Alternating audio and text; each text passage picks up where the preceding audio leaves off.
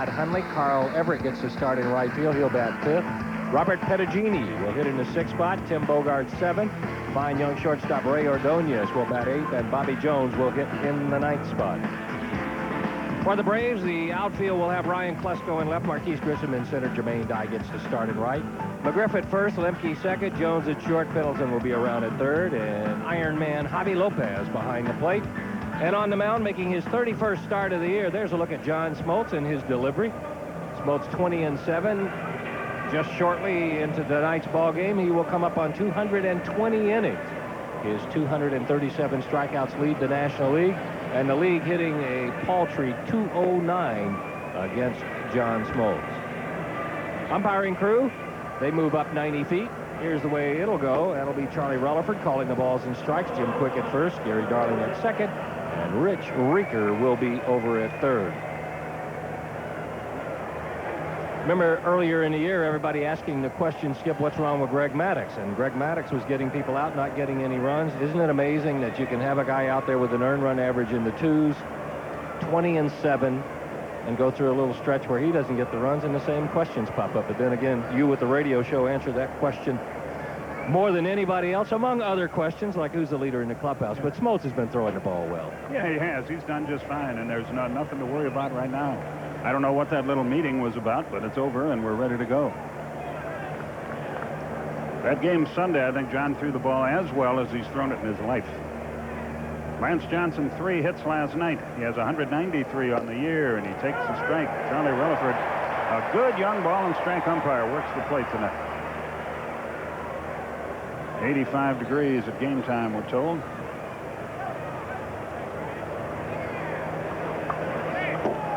Check swing, good breaking ball, 0-2. He started off just like he pitched in Chicago. A lot of people are big into denial that John Smoltz is doing anything differently, but those first 2 pitches there, the biggest difference I can see, the fastball that is explosive and getting strike 1 and then following it with strike 2. Fouled back, still 0-2. Yeah, not as anywhere near as many 2-0, 3-1 counts, and when you don't have those counts, you don't get hit as hard. It's really pretty simple. It's not nearly as creative and probably not nearly as Game Boy-like and not nearly as entertaining, but boy, is it a lot more efficient and productive. Again, the 0-2 pitch. High chop. Who's going to field it? McGriff can't. It goes into right field, and Johnson's going to wind up at second base. That's an ugly way to start the game. See how they scored. It's a double. If Fred leaves that ball alone, we got an out. And you can tell yourself that right after the play, down in the strike zone, off the front of the plate. Now it's going to hit with overspin and kangaroo right up over McGriff. Fred's lucky he didn't get his face in front of that, because with all the overspin, that could have hurt. Here you see it right there, right on by him. No chance to catch it. And that's kind of the luck that John Smoltz has been having lately. He made the pitch, he got the ball hit on the ground, but bingo, there's a guy at second with a double. And they better keep an eye on him, or he'll be standing at third as Edgardo Alfonso stands in 0-2 last night. Drove in a run, scored 1. Chipper tries to keep Lance Johnson close. And Alfonso takes a shot at the right side, but fouls it away. It's 0-1. Crowd of 45,000 or so, it looks like, gathering at the ballpark. Final game of the series, 1:05 TV time tomorrow. 1:10 is game time.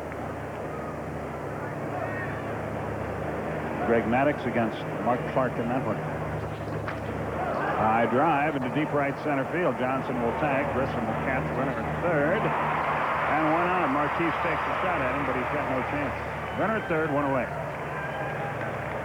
So Alfonso makes an out, but does his job and gives Bernard Gilkey a chance to give the Mets the lead. Gilkey had a big night last night. He was 3 out of 5, scored 2 runs, drove in 3. Now has 108 on the year.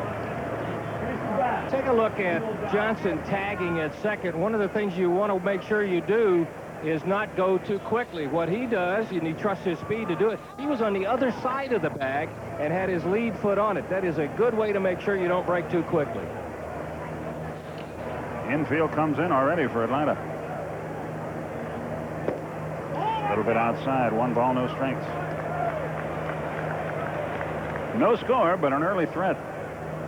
Cardinals beat the Padres again today, 8-3. The Reds lead the Giants 7-5 in the ninth. Houston beat the Rockies 5-4. Phillies derailed the Cubs 4-2. Montreal, Florida just getting started. Hit to short. Playing the infield in. Help there. 2 out. Gilkey hit it hard, but right at him, 2 down. And Todd Hundley will be the batter. He is 6 out of 28 against Smoltz in his career, a home run included. But now the infield goes back to regular depth.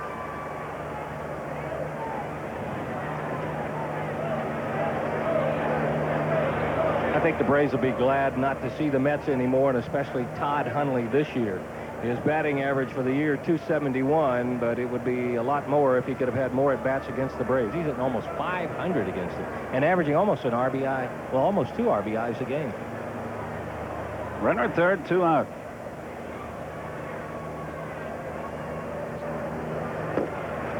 Low and away, 1-0. After tomorrow's game, we're right back out on the road again. An off day Monday, play in Denver against the Rockies Tuesday, Wednesday, Thursday, and then hook up with these Mets over the weekend in New York. And Monday night up there, by the way.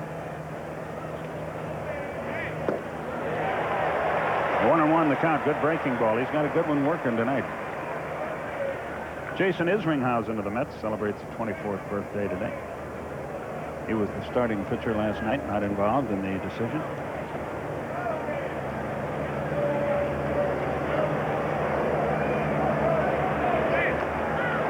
Another good pitch. He just did get a piece of the breaking ball down and in.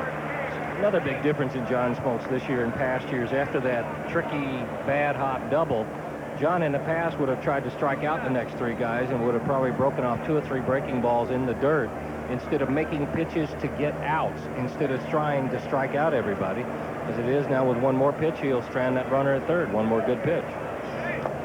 Into the dirt that time, but Javi blocks it. 2-2. Carl Everett would be next. But there are 2 out in the inning. The Mets 62-79, a very disappointing year for the New Yorkers.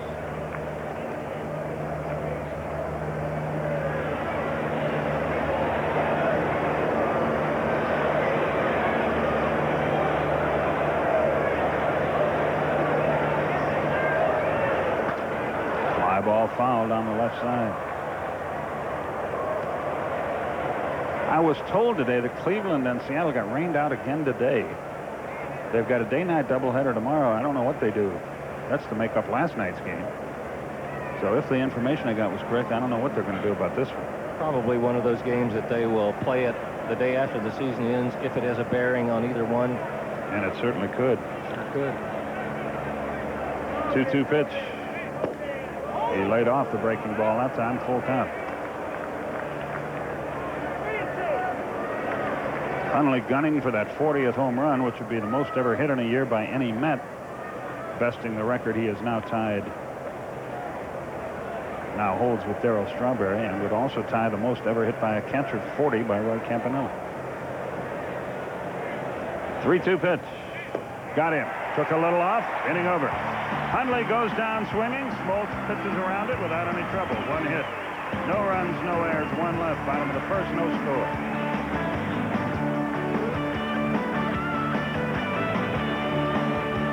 Hundley, and on the mound making his 28th start.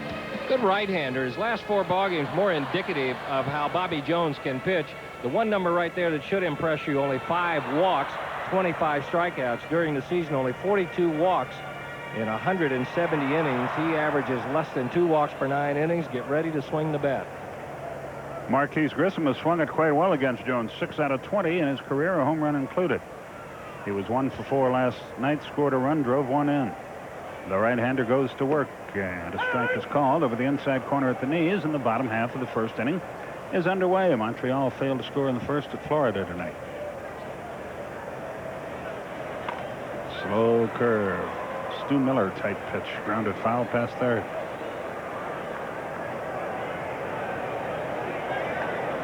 Sinking fastball, that curveball that you see there, and an off-speed pitch, changes speeds well, pitches down in the strike zone.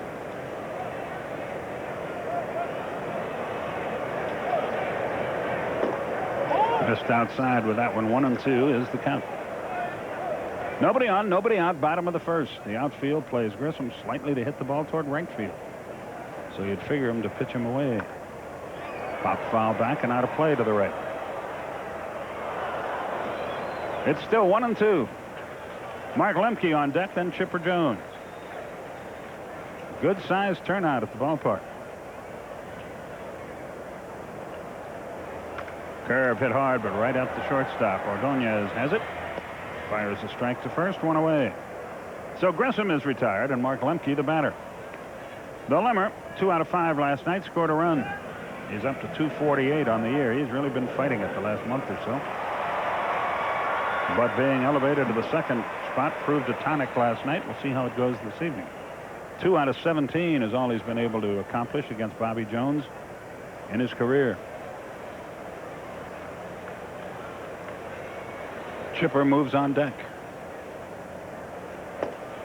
Strike call, fastball. Texas beat Milwaukee today 2-1. Oakland hammered Kansas City 13-6. Baltimore has 4 in the first. Still batting against Detroit at Camden Yard tonight. 1-1 the count. Toronto just getting started at New York against the Yankees. Boston failed to score in the first at Chicago in American League play. Threw the fastball by him. It's 1-2. I wouldn't be surprised if the Braves hit a couple of home runs off Jones tonight. He has given up 25, and I think one of the downsides to throwing so many strikes is you're going to give up some homers, but a lot of solo shots. Strike called over the inside corner. He goes away, away, away, and then comes in on you. 2 down. Good pitch. We get used to seeing Greg Maddux do that so much for the Braves that every now and then there are other pitchers who do it against the Braves. Starts it off inside, tails it back over the corner. Good pitch, good call. And you're right. Charlie, you said earlier, Charlie Relaford, one of the best young ball and strike umpires in the league. And with a calm demeanor. Yeah, he doesn't appear to care whether or not he gets noticed. That'll be easy. Right at Alfonso. Edgardo throws him out, and the inning is quickly over. 1-2-3, nothing doing at the end of an inning. Neither team has been able to put a dent in the scoreboard.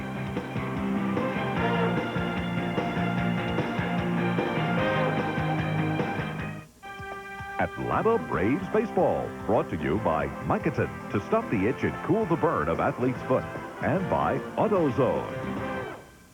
Everett, Pettagini, and Bogart the first 3, and the second for the Mets.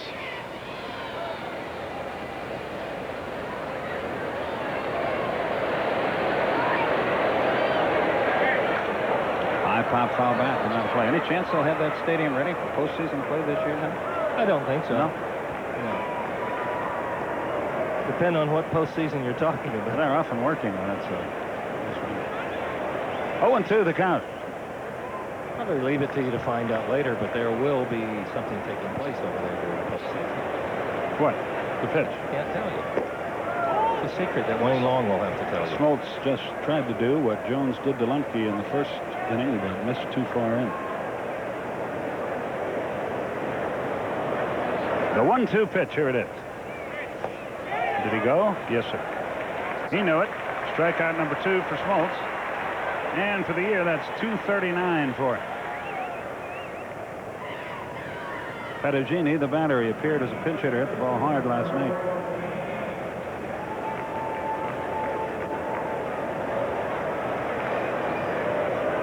One out, nobody aboard.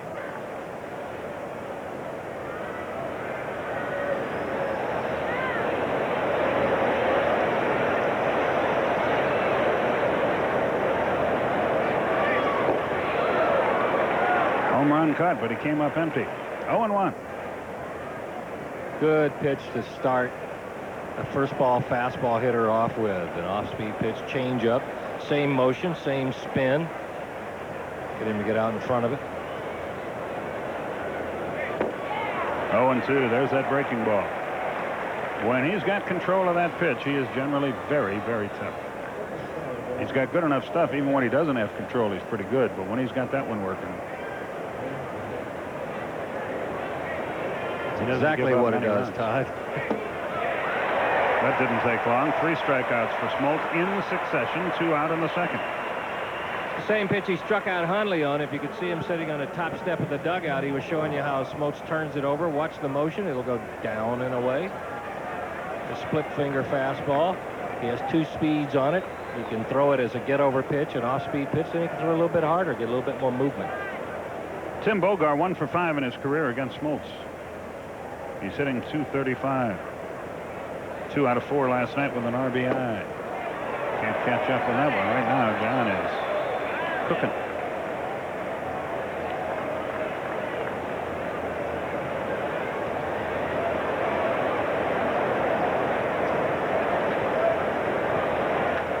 Fastball fouled to the screen. It's 0-2. It's a final now in Cincinnati. The Reds beat the Giants 7-5.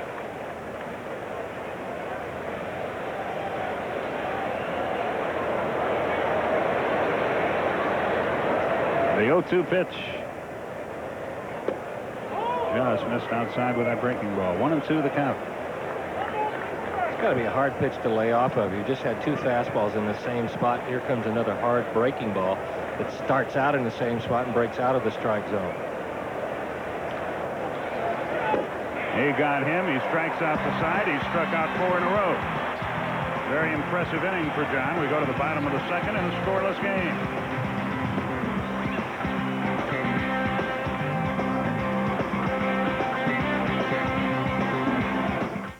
Inning in a scoreless game.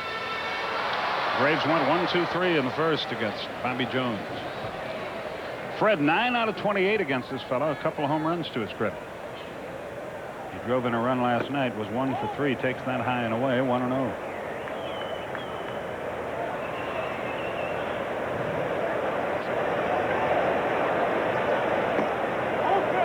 Just missed low and away, 2-0. It's McGriff, Klesko, Pendleton here in the second.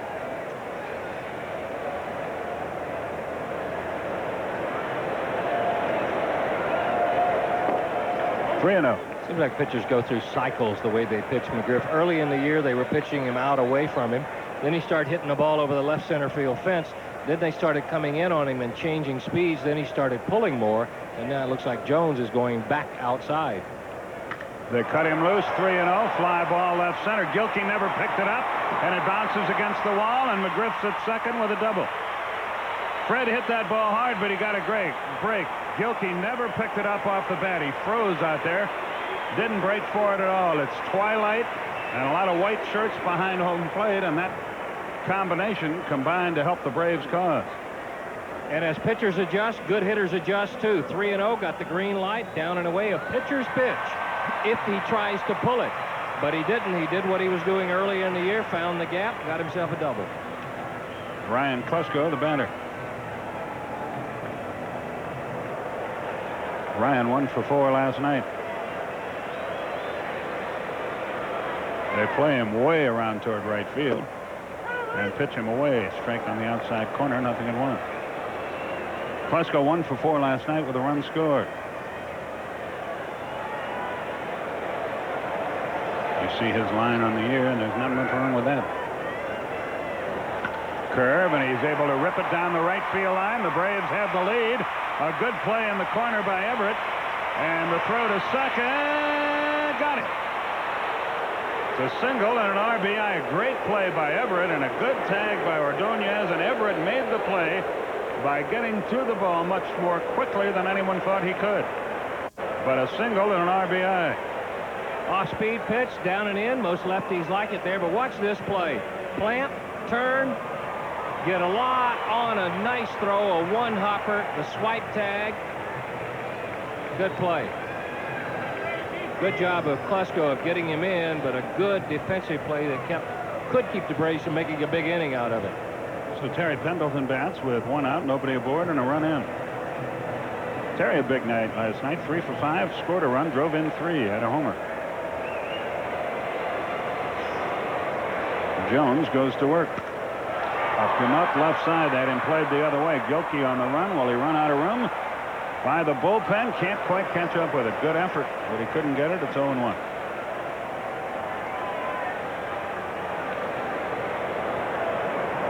His reputation was that he was not really that good of an outfielder, had a good arm, but nobody ever faulted his effort, even in St. Louis. You know, you got to enjoy playing ball when you can come this close to a play. Yeah, and you get no sympathy from your own teammate. That security guard out there played that just about the way I would have played. Perfect. fastball outside.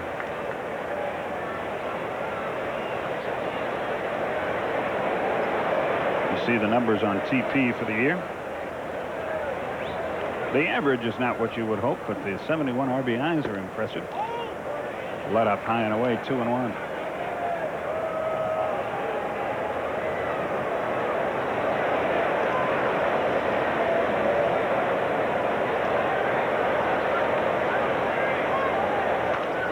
Two balls, two strikes.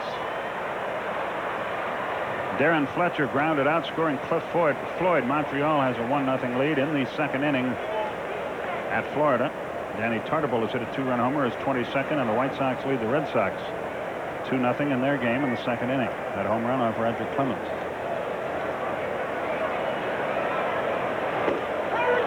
Got him, and he knew it. A fastball over the inside corner. Pendleton caught looking. Strikeout number 2 for Jones. Both men called out on strikes. Here's Jermaine Dye.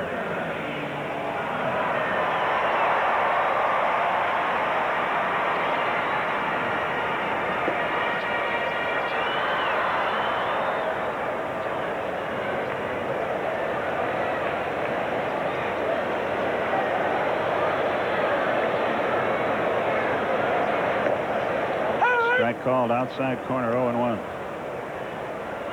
Well, they had a memorial service today for Bill McPhail at First Presbyterian Church in Atlanta. Line drive right field. Everett coming over. He'll not get this one. Into the corner it goes, and Dye will have his double and maybe more, as Everett has trouble with this one. But he's got a strong arm, gets it back in.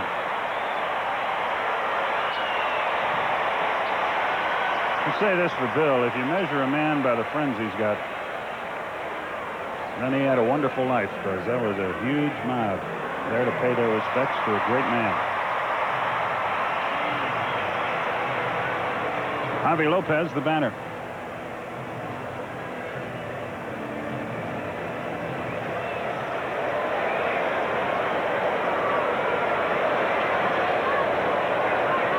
Lopez, a couple of homers last night. Fouls this one away, 0-1. Javi 3 for 10 in his career against Bobby Jones. He's had a tough inning. He's gotten a strikeout, but a double, a single, another double. Fusco thrown out on bases. You can't.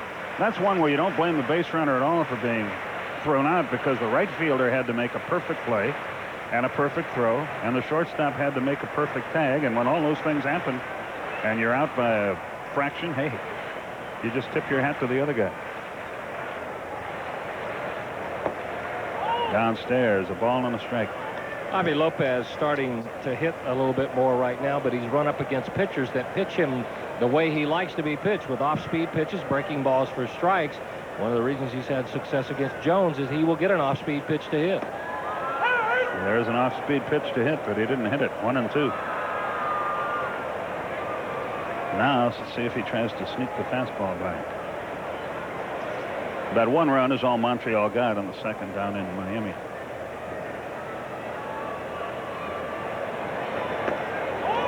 He missed with it. 2-2 the count. Runner at second, 2 out, a run is in. Braves are on top, 1-0. This is the situation where Javi Lopez a lot of times looks breaking ball. He had him at his mercy with a fastball, just barely missed, and the count is full, 3-2. You got the pitcher next, so he certainly doesn't have to give in here. Those are the kind of ingredients that'll get you, not to beat a dead horse, but that'll get you a breaking ball to hit. Knowing the pitcher is there, you figure I can trick him. Curve right off his thumbs. What a play by Ordonez. Took a base hit and a run away. Base hit away from Lopez, run away from Atlanta. Fine play by the Mets shortstop. He makes a lot of those. A run on 3 hits. No errors, 1 left, 2 innings have gone by. It's 1-0 Atlanta.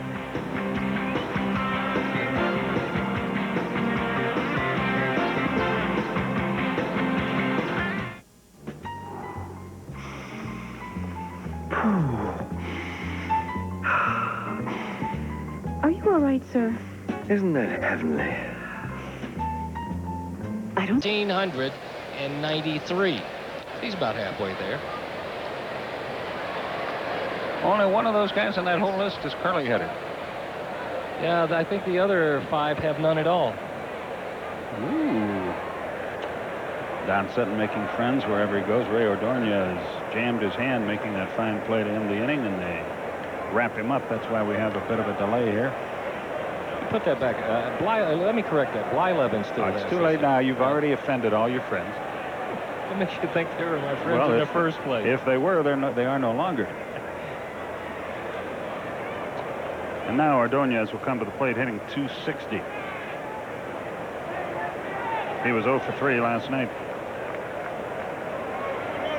He can pick it, and he started out swinging the bat extremely well. He has struggled the second half. No homers, 22 runs driven in.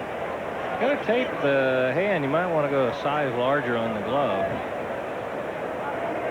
Just a thought.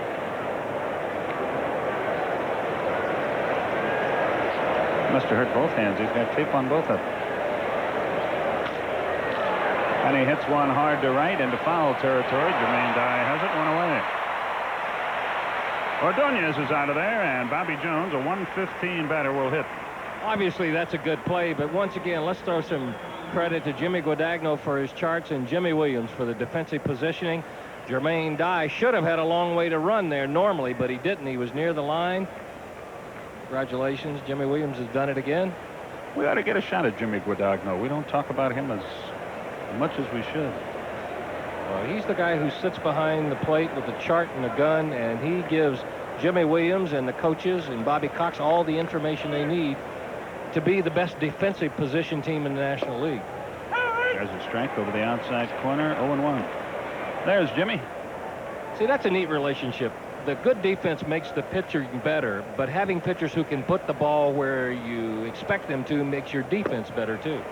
Well, I think you were the first one that pointed that out to me. And you say, oh, well, other teams don't play the radical defense the Braves do, and the reason they don't is they don't have pitchers who can follow the scouting report. That's right. Put the ball where it should be most of the time. Nobody can do it all the time. Well, Maddox, I guess.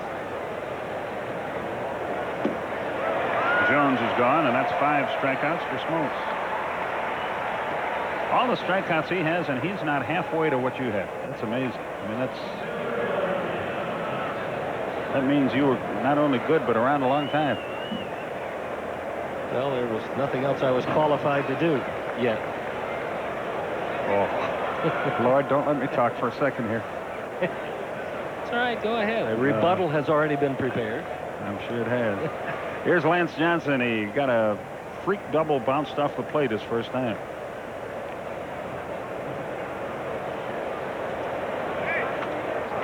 Out of play, 0-1. You saw the name Nolan Ryan at the top of the all-time strikeout list. John, now, the graphic was what he was showing you there is that since he is leading the league, it's been a long time since somebody has punched out that many. 1987, 9 years ago, Nolan Ryan had 270. Pretty good chance Smoltz will surpass that this year. Let's see, he's got what, 4 more starts after tonight? Probably. 3 or 4.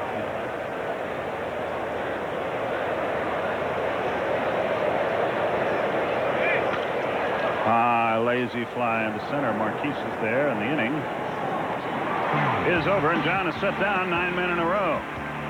No hits, no runs, no errors, and as you might expect, nobody left. We go to the bottom of the third. It's 1-0 Atlanta.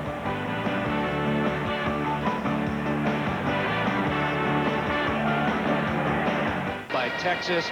Hill won his 15th over there. Kansas City slammed by Oakland. McGuire now has 48 homers. Baltimore with 4 in the first. Chicago with 2 in the second. Toronto has struck first against New York. Carter is 28th homer. California's at Minnesota, and you're up to date on the Action AR scoreboard. And McGuire's got a slim chance of 60 home runs, doesn't he? He's the guy I would pick if you had to pick one to do it.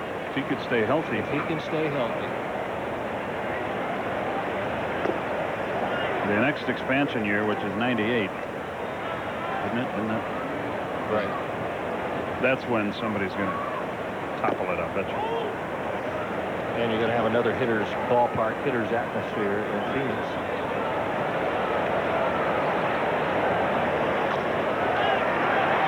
Ordonez has a great gun, and he uses it. 1 out. Smoltz is retired. Marquise Grissom grounded short his first time.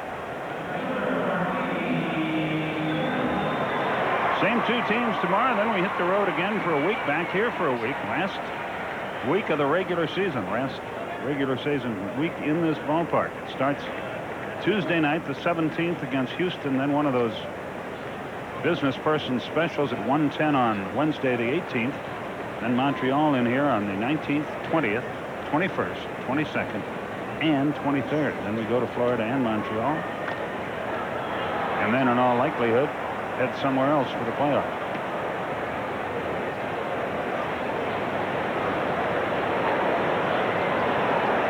Baltimore's winning. Yankees are losing. Yankees lead is 5 after last night's play, but seems to be headed back toward 4 if things hold up tonight. I think that race in the National League Central and probably the National League West is going to come down to 3 really good races. Maybe the last day of the season. I was watching the satellite when I got home last night, and Vince Scully was right. It was like central casting, like Hollywood. 8th inning, tie game. Huge crowd, over 41,000. That'll be easy. Brett Butler walks to a standing ovation. About 27 pickoff throws to first. He finally steals second. The throw goes into center field. He goes to third. Fly ball to right. Sacrifice fly. Badgers win it 2-1. And the Fangs went wild. He had a base hit in the game as well.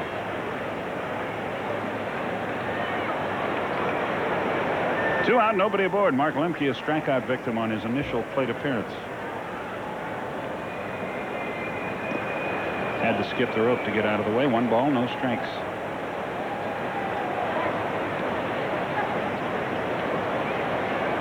Montreal bats in the 3rd. They lead the Fighting Fish down in Florida 1-0. Sharply hit. Pettigini didn't know he had it. Nice glove. Inning over. 1-2-3. Nothing doing. Funny hop. Wound up right in that big mitt. At the end of 3, Braves lead it 1-0.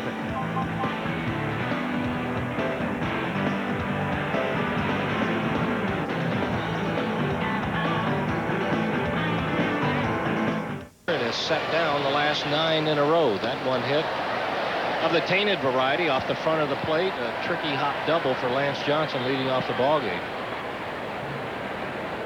Smoltz has struck out 5 of the 9 that he's faced. Alfonso a fly to center his last time. Pop back our way. No balls, 2 strikes. Smoltz 10-3 here in Atlanta. The earned run average, he gives up a few more here than he does on the road. The earned run average about 312. But he is going through that stretch that every pitcher goes through during the season. Did he go? No, he didn't. Jim Quick making the call at first. 1-2. If you're on a good ball club, there's a time when one spot in the rotation is not, and you really no logical explanation for it. One spot's not going to get many runs and not going to get a lot of plays. You're going to pitch well and get a lot of hang-in-theres, a lot of tough lucks.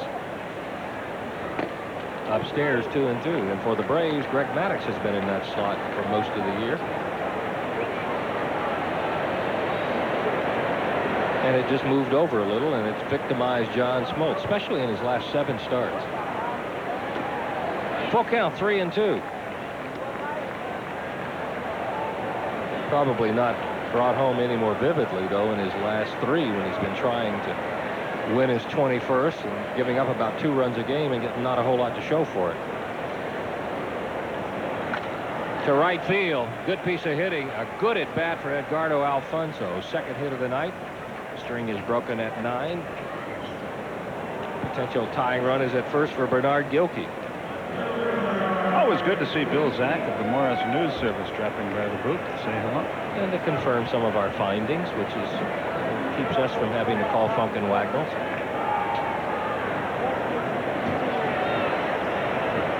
Big play of the 1st inning after Johnson had doubled. Bobby Cox brought the infield in. Alfonso had sent Johnson to 3rd with a fly ball. Gilkey came up and hit a 1-hopper, but right at Chipper Jones. He was able to hold the runner, make the put out, and then Smoltz got out of it. First one is outside, 1-0.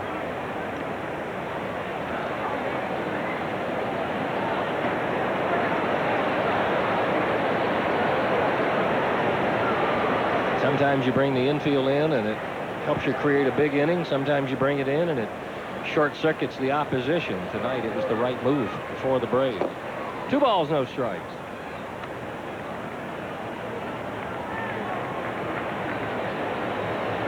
Braves are expecting good crowds all weekend. About 38,000 last night. It's going to be upwards in the 40s tonight, and another good one tomorrow. A perfect weekend for baseball here in Atlanta.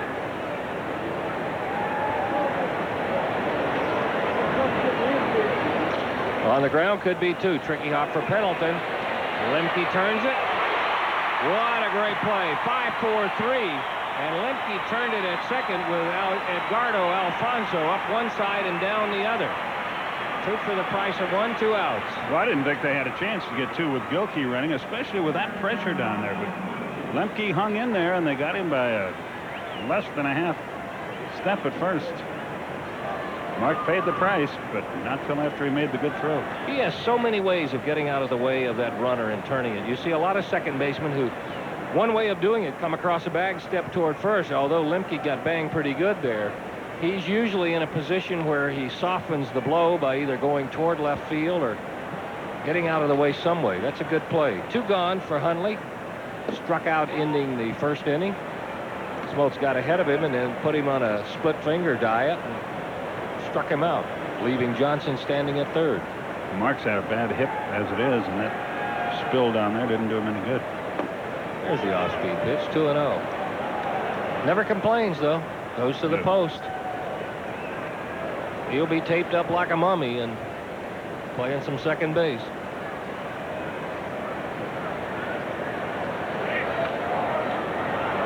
Out of play, 2-1.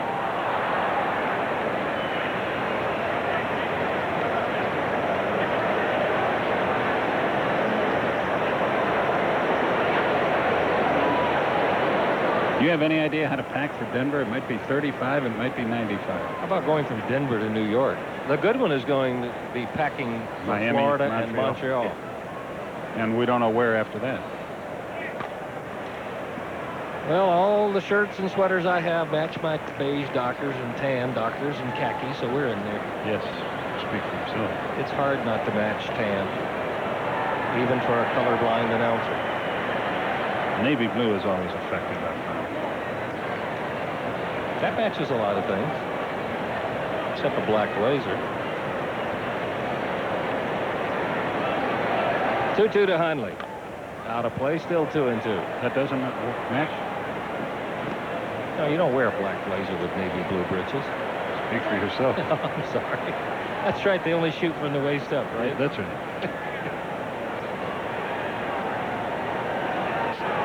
We do have a dress code here at TBS and on the Braves charter. And we're right on the edge of it.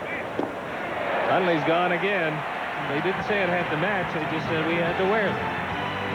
Smoltz, with the help of a double play, sees 3, sends 3 to the dugout. We'll head to the bottom of the 4th, 1-0.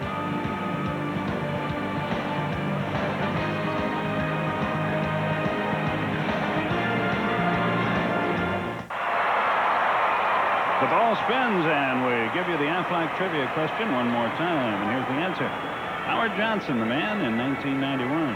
Hundley in the hunt tonight. He trails Sammy Sosa and Andres Galarraga by just 1. Sosa's not getting any more due to injury. He's tied, Hundley is, with Sheffield. Vinny Castilla has 37. It's been good pitching here tonight to this point. Smoltz against Bobby Jones. The Braves got their run in the second inning. Jones a 1-2-3 first, a 1-2-3 third. Chipper Jones to lead it off. Sends it to left field. Gilkey will play it on a hop. A nice bit of hitting by Chipper Jones. The Braves get a good start in the 4th inning. Yeah, it's good to see him do that. He's been struggling just a little bit with the bat the last week or 10 days. Start slapping it around, and the stroke will come back, hopefully. He'll stand at first for Fred McGriff. McGriff doubled to left center field on a 3-0 pitch his first time up. Klesko drove him home with a single, then got thrown out trying to stretch it into a double. The Mets shortened up in the infield. They play McGriff to pull. And I guess that's the reason why. If you're going to throw him off speed pitches, you better play him to pull. By the way, Oklahoma lost today to TCU 20-7. So when we pass in the hall, say hi to Joe. How did Rutgers do against Navy? I don't have any idea. I didn't even know they played him.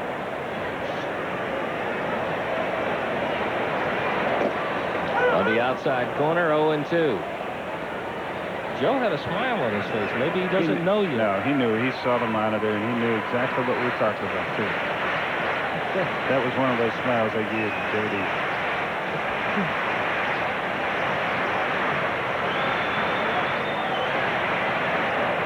Got him. 1, 2, 3, and then that one almost right down the middle. That had to surprise McGriff.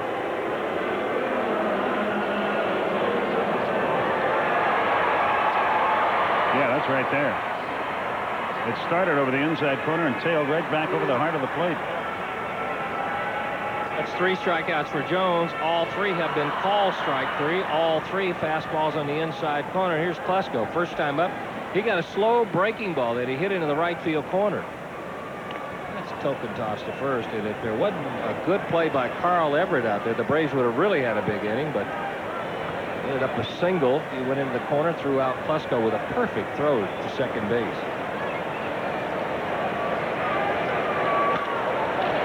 The other way, out of play, 0-1.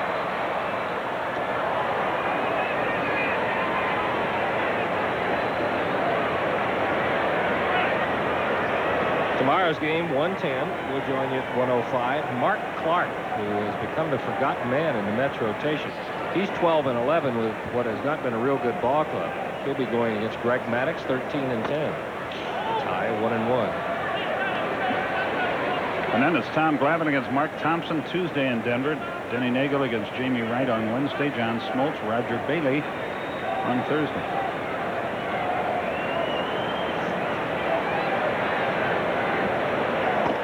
Up and away again, and it's 2-1. And then we go to New York for one of those weird series. Friday, Saturday, Sunday, Monday night. Don't we have a series when we come back where Montreal is in town for 5 straight nights? Yeah, because of the Olympics. They kicked us out before we could play the 3rd game of that series. 3-1 to Klesko.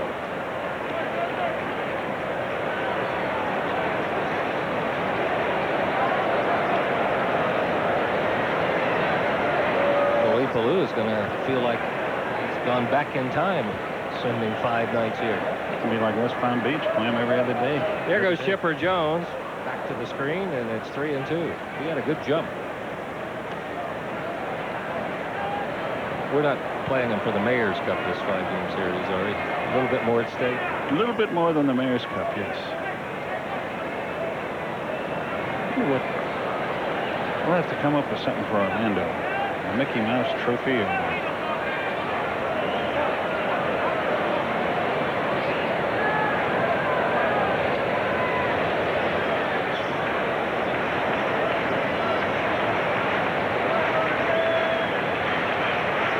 Full count, 3-2.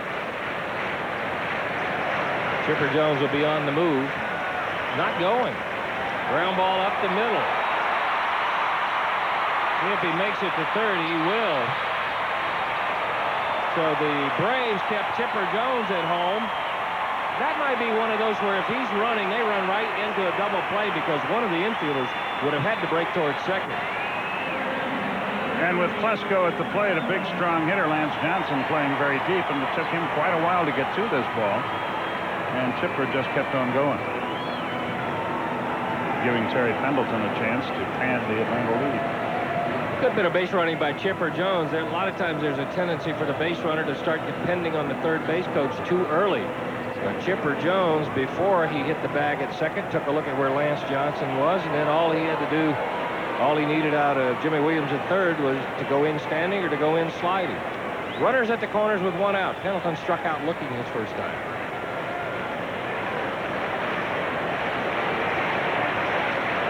On the ground.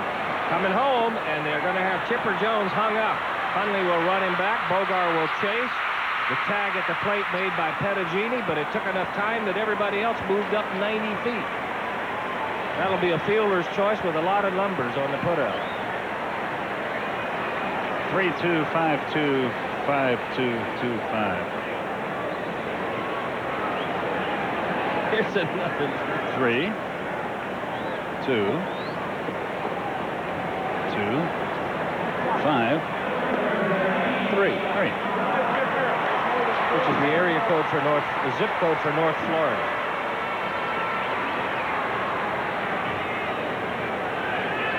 So Chipper Jones is out at the plate. Klesko makes it all the way around to third. Pendleton ends up at second, and Jermaine Dye is the hitter. Dye doubled his first time up. Doubled into the right field corner. Fouls away the first one, and it's 0-1.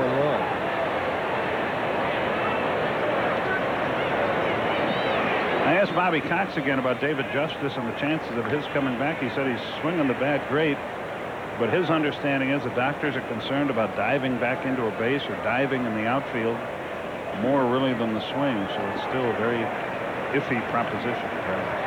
I read one comment by a doctor, just a pitch. Pop back our way.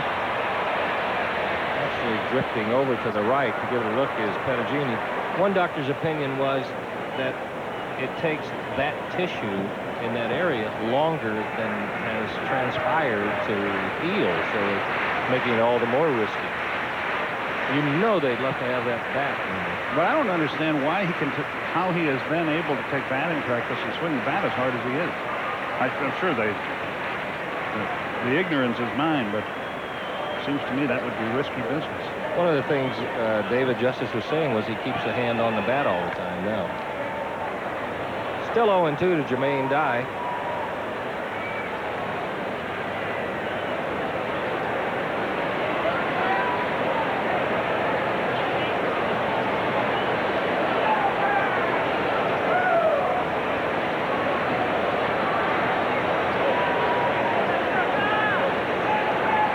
Dye's double pushed his average back up to 290. He has 67 hits. Good stop by Hundley. 1-2.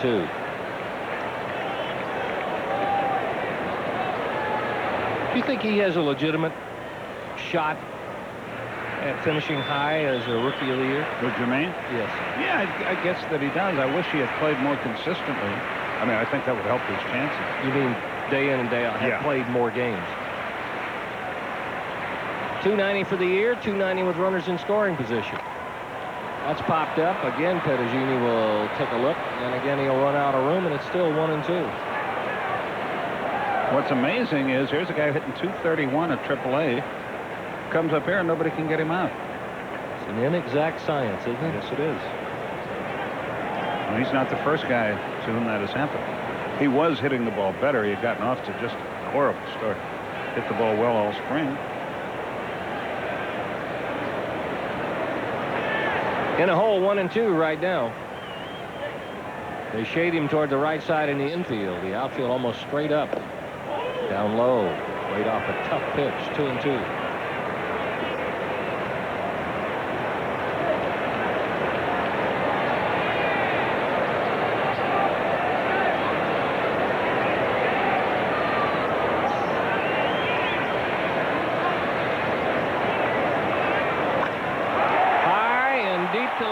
Did he get enough of it? At the wall is Gilkey. It's gone. A hanging breaking ball. 3-run homer. It's 4-0.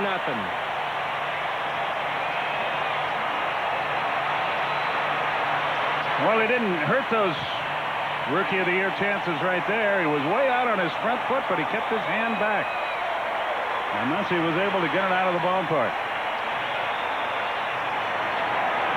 That's 10 of them and 32 RBIs. He will always hit because he will always get a breaking ball to hit. That foot was already planted before he even started his swing. 22. Here's Javi Lopez. He takes the first one upstairs, 1-0.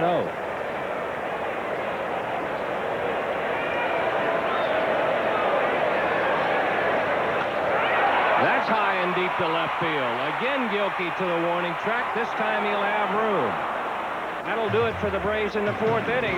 But one swing of Jermaine Dye's bat makes it a good one. A 3-run homer, a 4-0 lead.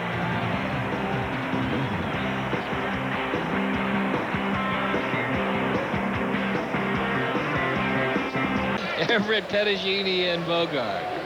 We're at the top of the 5th inning. The Braves lead it 4-0. A ball and no strikes to Everett, who struck out swinging his first time up. Misses that one, 1-1.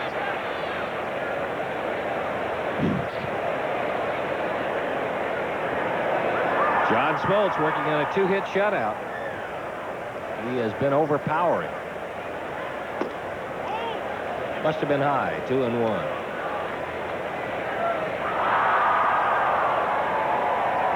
Trying to get the wave going here out in the outfield. It's great to see the enthusiasm here at the ballpark on that. Yes, it is, and some of it toward the game itself. Back up the middle and off of Smoltz. Pendleton up with it. Not in time. Let's see if Smoltz is all right. A little bit of a skate save. Home plate umpire Charlie Relaford out to check him out. Asking him if he's all right. Thus far, Jeff Porter, no move out of the dugout, so apparently John's all right. Looked like it got him on the ankle. Tough to see it happen so quickly. Good play by Pendleton to make it close.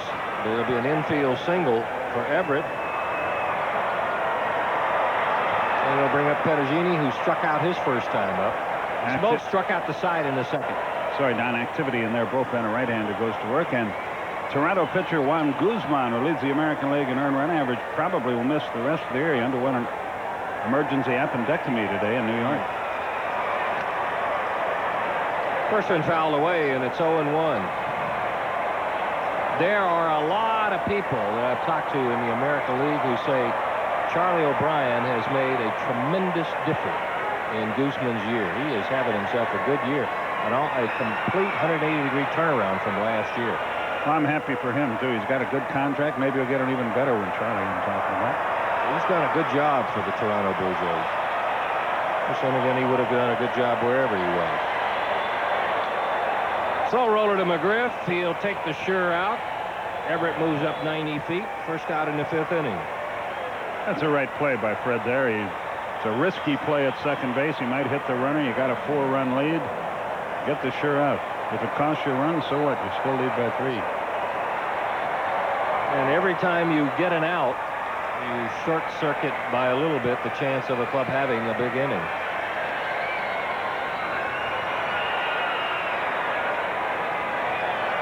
I spent a little over 2 years with Gene Mauch and left there remembering a lot of things that he said, but one of them I will always remember is if they're going to give you an out, take it. Don't give up one trying to force 2. Here's Bogart, struck out swinging first time, sends the first one up and out of play, and it's 0-1.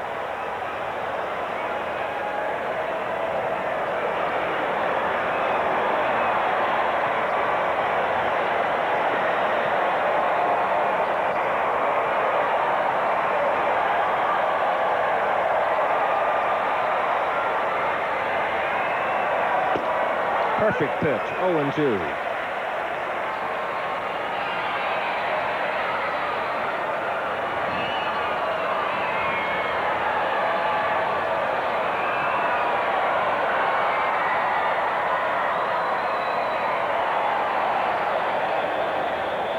Bogart's average at .232, but you wouldn't know that when you see what he's done against the Braves. Won't happen this time, though. Strikeout number 7 for Smoltz. Call strike 3. 2 gone in the 5th inning. Another look. Bogart was not too sure about this one. Right on the edge. Perfect pitch. Well, perfect enough. 2 gone for Ordonez. First time up, he flied to right.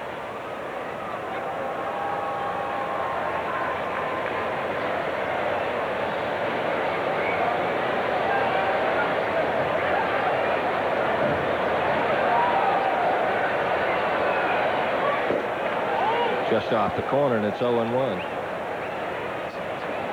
Be patient with Joe tonight. Remember that his Oklahoma Sooners did have a bad afternoon. Joe and Pete will be over after one more out. 2-0. Pete went to Cornell. I don't know if they played today. I think they debated somebody.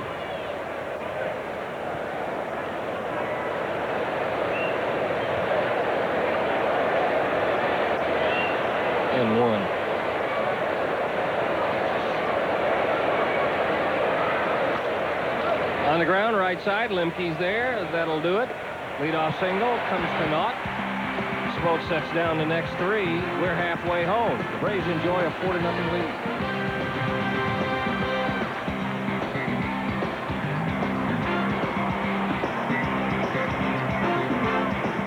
Smoltz takes a strike. Grounded to short his first time up.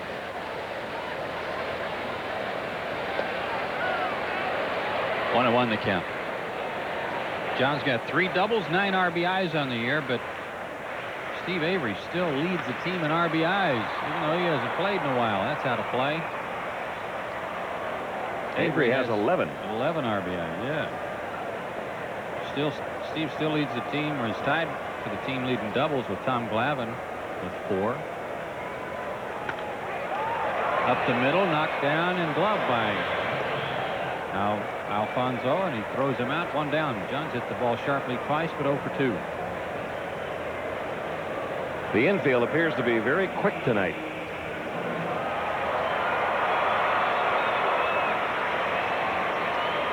Yeah, it's gotten through the grass part of the infield pretty sharp tonight. That funny bounce on that base hit by Lance Johnson in the first inning. I think that ball had some tremendous spin on it, bouncing off the plate. Marquise was 1 for 4 with an RBI last night. Rips that one, but foul.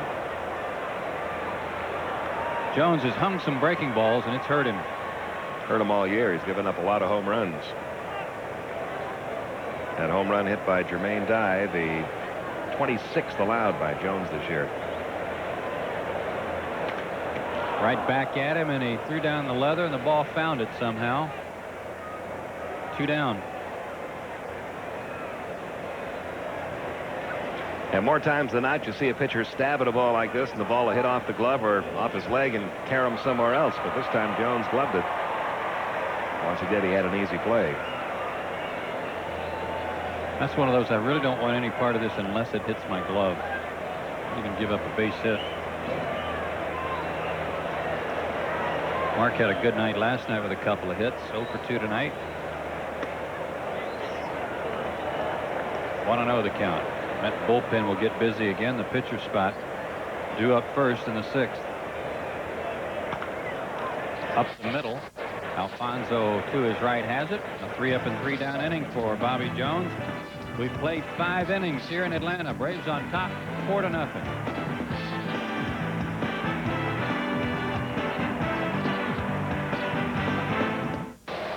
This is his 4th attempt at winning his 21st game, but he has pitched great baseball. The results have just not been there. And a pinch hitter for Bobby Jones, as we suspected. Alex Ochoa will hit for him. Ochoa played here last night. Started in right field and had a pretty good night. 2 for 4 with a triple and a single. And you just saw Dave Malecki. It looks like he'll come on and work for the Mets in the bottom of the inning.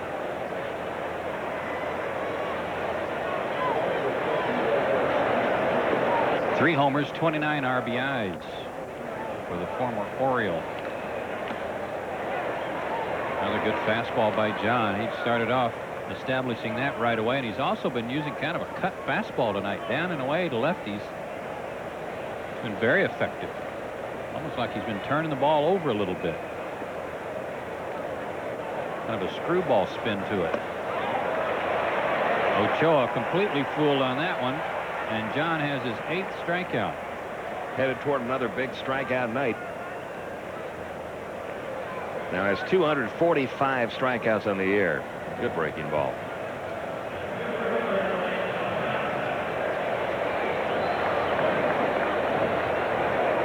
Back to the top of the order, and Lance Johnson. He had that funny high chopping double his first time up, and then flied to center back in the 3rd.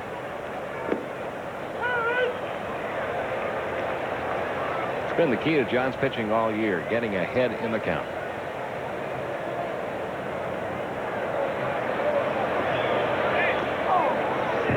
Fouled off. 0-2. He's had one of his better fastballs tonight, Pete, than he's had, I think, in a couple of weeks.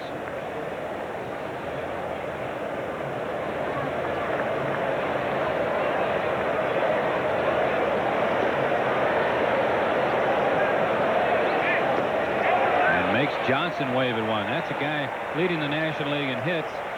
Doesn't strike out much, and he was completely fooled. That's 9 for John.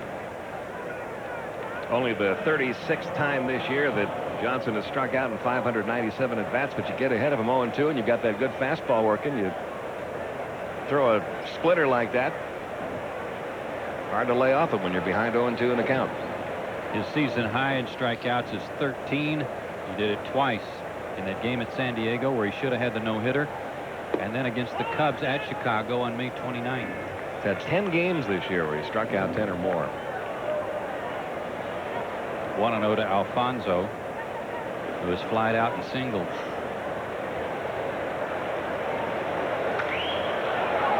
Now to play to even the count.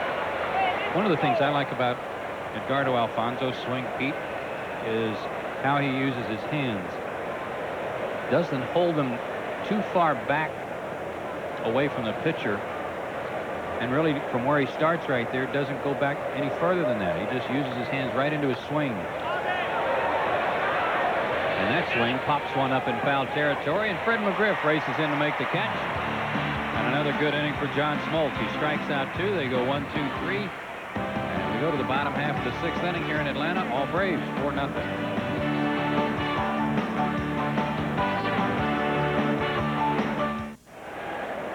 Let's check out some scores before we go to the bottom half of the 6th inning. Houston a winner today, 5-4. They're still a game and a half behind St. Louis. Cubs are fading. They're 6.5 out now. They lost to the Phillies 4-2. Cincinnati still 5 out in the Central. They were 7-5 winners. There's St. Louis's victory, 8-3 over San Diego. So the Dodgers have a chance later on to take the lead in the West. Montreal up 2-0 now in Florida. That game in the top half of the 5th inning. Another postponement in Cleveland. They already have a day-night doubleheader scheduled there tomorrow. Elsewhere in the American League, Texas over Milwaukee. Another home run for Mark McGwire as Oakland beat Kansas City. 48 homers now for McGwire. Baltimore has Detroit shut out behind Mike Mussina. Chicago leading Boston. They're in the bottom half of the 5th inning. Tartabull a home run. Toronto 3-0 over New York. David Cohn on the mound tonight for the Yankees. And California plays at Minnesota later. And we go to the bottom half of the 6th inning, and a new pitcher for the Mets. Dave Malecki takes over, his 44th appearance of the year. There's Mr. Malecki, that previous little person perhaps taking in his first major league game. 5-6 on the year for Malecki. He has 1 save. League hitting .279 against him. And he'll face Chipper Jones, Fred McGriff, and Ryan Klesko.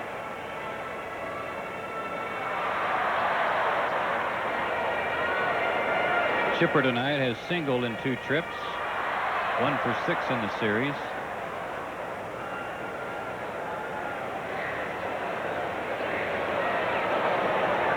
He's been battling to rack up a few hits of late.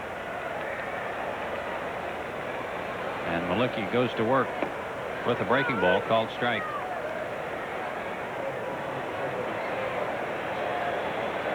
Malecki is 6'4", 205 out of Cleveland, Ohio. Chipper sends one deep to center. Johnson gives you the impression he's got room when he turns around to backpedal, and he does, but just barely. 1 out. Fred McGriff has doubled in 2 trips. He's scored a run. Braves got a home run from Jermaine Dye, a 3-run shot in the 4th inning. And that's how the Braves stack up this year in home runs, and that's an updated number with the 178, including Dye's homer.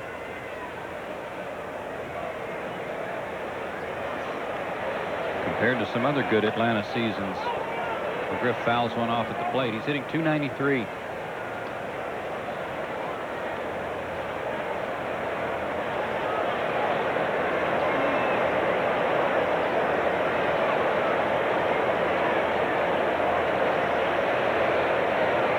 Jermaine's home run was his 10th of the year.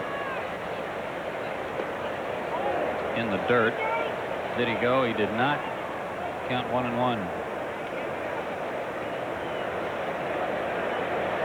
Fred's double was deep into the left center field gap. Bobby Jones, by the way, 5 innings, 6 hits, 4 runs. They were all earned. Did not walk a batter, struck out 3, and gave up the home run to Dye.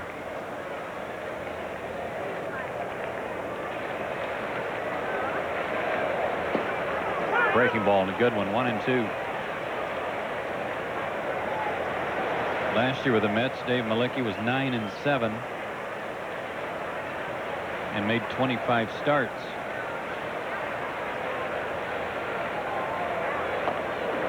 Upstairs with a fastball, 2-2. Talked to Bobby Valentine before the game, Pete, doing a radio pregame, and I was asking him about this last month of the season as the manager of this ball club. What was he watching? What was he hoping to accomplish in preparation for next year? McGriff down on strikes.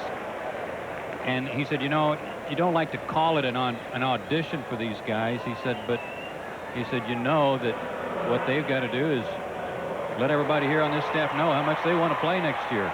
Yeah, and he admitted when he took the job he was managing over in Japan all of last year, and he was in AAA all of this year, so he hasn't seen a whole lot of some of these Mets at the major league level. And he said, all I know about a lot of these guys is their numbers. I've looked at their records and what they've done in the past and what they're doing this year. He said, but I've got to see them play, see what they can do out there in the field defensively, how they run the bases, how into the games they are, how much they want to play. That's the kind of stuff, those intangibles. The numbers are there. Anybody can look those up. That's right. Ryan Klesko, 0-1 after a big swing. He's 2 for 2. He's driven in a run, scored 1. I asked him about the difference in managing players today compared to when he played and even when he started managing in Texas, which wasn't so long ago. Deep down the left field line, but out of play. And he said, you know, he said, yeah, the attitudes have changed quite a bit, but he said, I feel like the modern day player still wants the same things the old time player wanted, and that was a little discipline. They had high expectations of their teammates.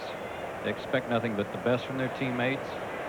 And as long as you provide them an environment to excel, that should be enough. There is one major difference, though, with today's player compared to the player of 30 years ago. Cellular phones.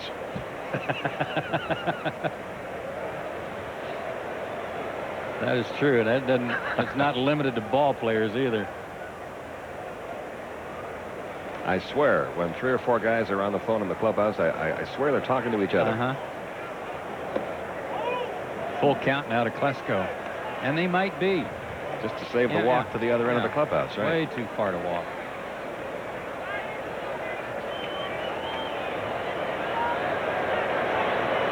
Three and 2 with 2 out, nobody on. Driven to center field. Does Johnson have room for this one? No, it's over his glove and off the wall. Klesko is going to try for 3, but Pettagini was there to make the play, and they got Ryan hung up. He's going to be tagged out at second again tonight. Earlier he was thrown out trying to stretch a single into a double. Now he's thrown out trying to stretch a double into a triple. Well, he hit it hard anyway. No runs, a hit, nobody left. We played 6, 4-0. Atlanta.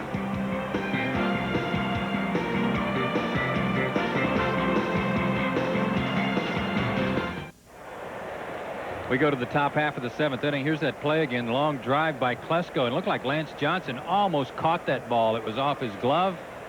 And then Ryan Klesko went into his run till they tag you mode. And they eventually did. Mets executed the rundown perfectly. Pettagini was where he was supposed to be. We go to the 7th. There's Pete. And Bernard Gilkey leads it off against John Smoltz. Takes a strike outside corner. He's grounded out to short. Hit into a 5-4-3 double play.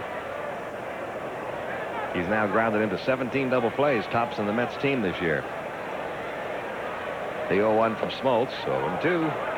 John has 9 strikeouts. He has had 10 double-digit strikeout games this year.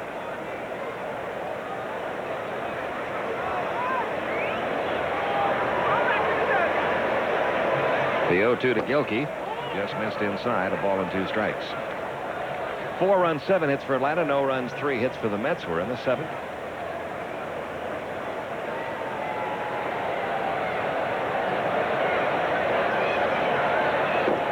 And there's strikeout number 10, the 11th time this year Smoltz has struck out 10 or more in a game.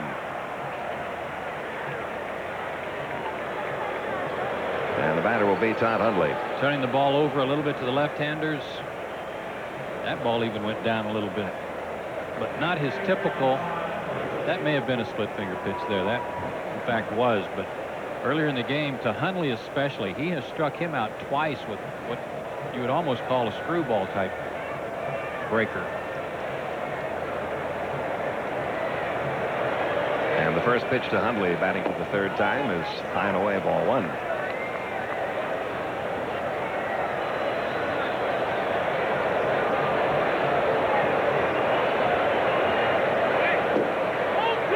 Two and 0 the count.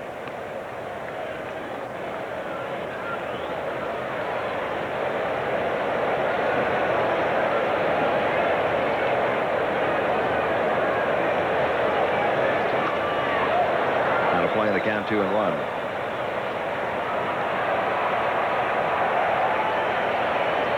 One man out, base is empty, top of the seventh.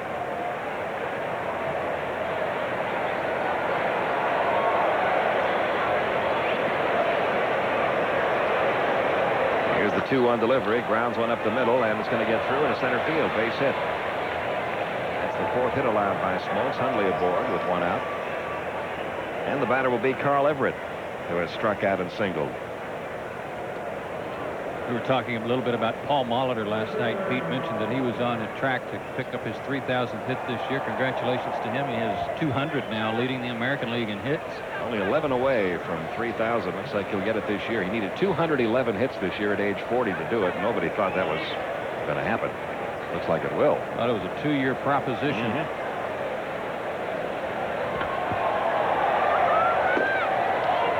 Up and in on Everett. 1 ball, no strikes.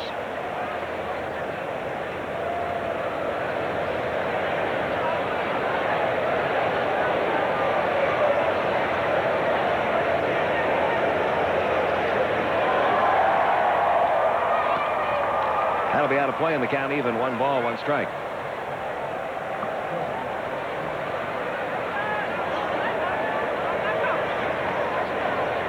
He made about as good a play as you want to see a right fielder make when he threw Klesko out at second base in the second inning. Getting to that ball before it got to the wall was what allowed him to make that play.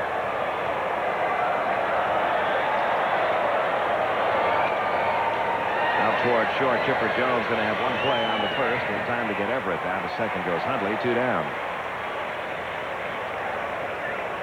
And that'll bring up Roberto Pettagini, who has struck out and grounded out to first.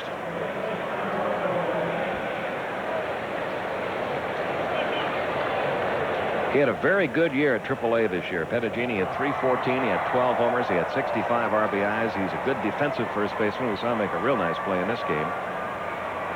But anytime he came up to the New York Mets, he was used as a pinch hitter, or he would sit for 3 days, then maybe play. And Bobby Valentine very anxious to see a little more of him at the major league level. See if he can handle first base and handle the hitting on an everyday basis. Well, from a defensive standpoint, it's not that much different. So Bobby knows what he's capable of doing over there. It's just a matter of how he adjusts at this level at the plate. 1 ball, no strikes. 2-0 the count. Mets have Rico Brogna out all year. They've got him coming back next year. They've also used Butch Husky over at first base.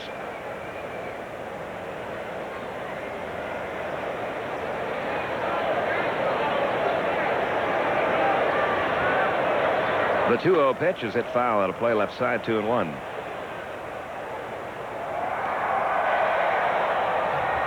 Well, like we said last night, the Mets don't want to go into 1997 on a trial basis trying to figure out where all the pieces fit. They've got too good a ball club, too good a nucleus right now, and it's just a matter of getting everybody on the same page, keeping their pitchers healthy, and maybe adding a couple of additional players in some key spots.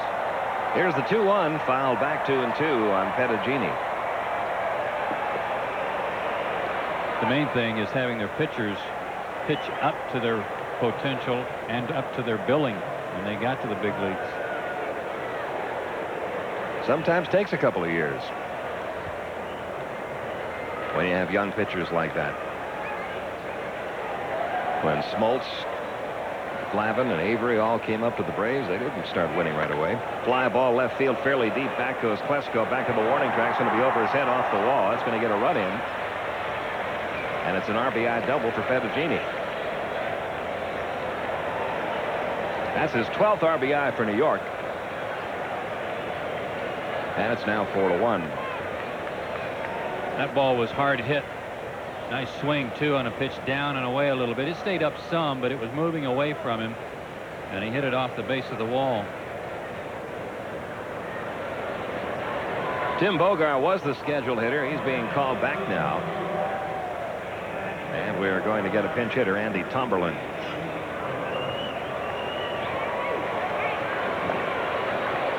He had the good at bat last night against Mark Wohlers that got their rally started in the 9th. Tomberlin, who came up in the Braves organization and has bounced around with several clubs since leaving Atlanta. 2 outs, runner at second, 1 run in.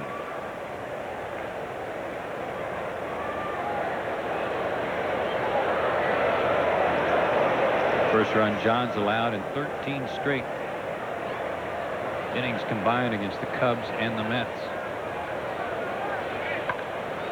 Fouled away by Tomberlin, the count 0-1.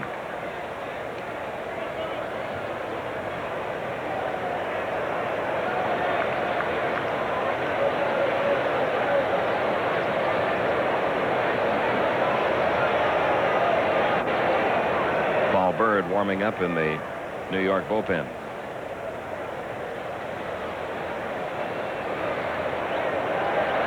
Pettigini at second, 2-man out, and an 0-1 pitch is due Andy Tomberlin.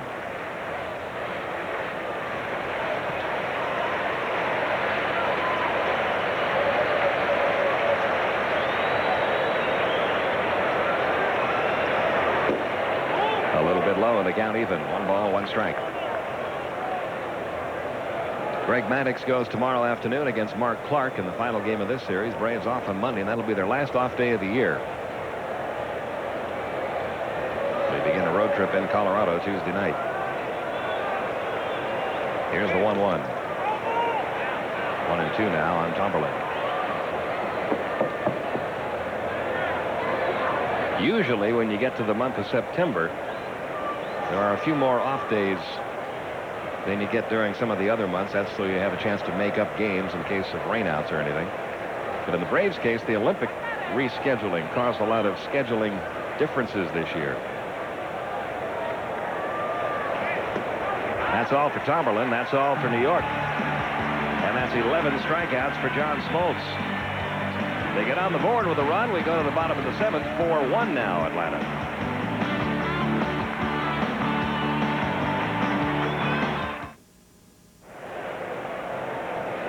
Here's the last strikeout, or the strikeout to end the inning in the top of the 7th. It was Andy Tomberlin. Good split finger pitch. John Smoltz with 11 on the night.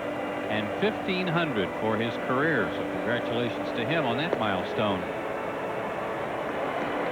He's hit a few numbers this year that he's never hit before.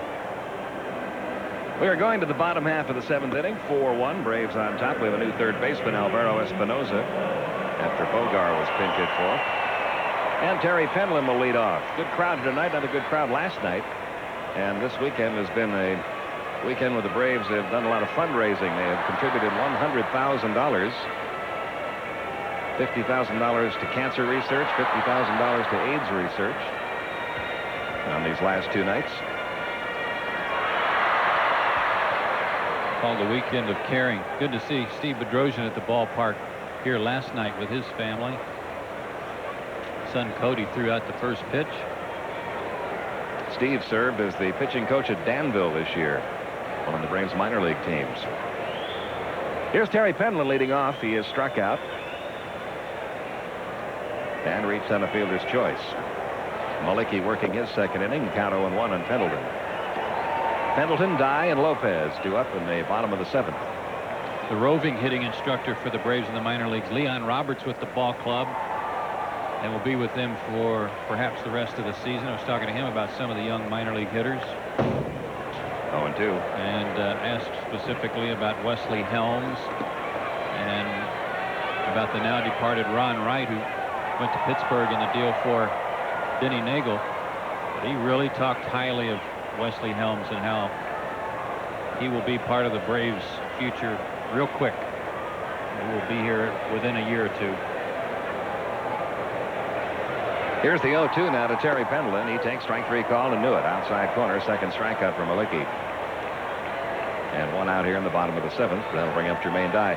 You need those extra coaches this time of year. You called up all those extra players. You got extra groups taking batting practice every day. You need the extra coaches just to throw the BP. I was teasing Leon. I said, what do they do? Call up the reinforcements? He started laughing because Leon's strong as a moose and can throw batting practice for hours.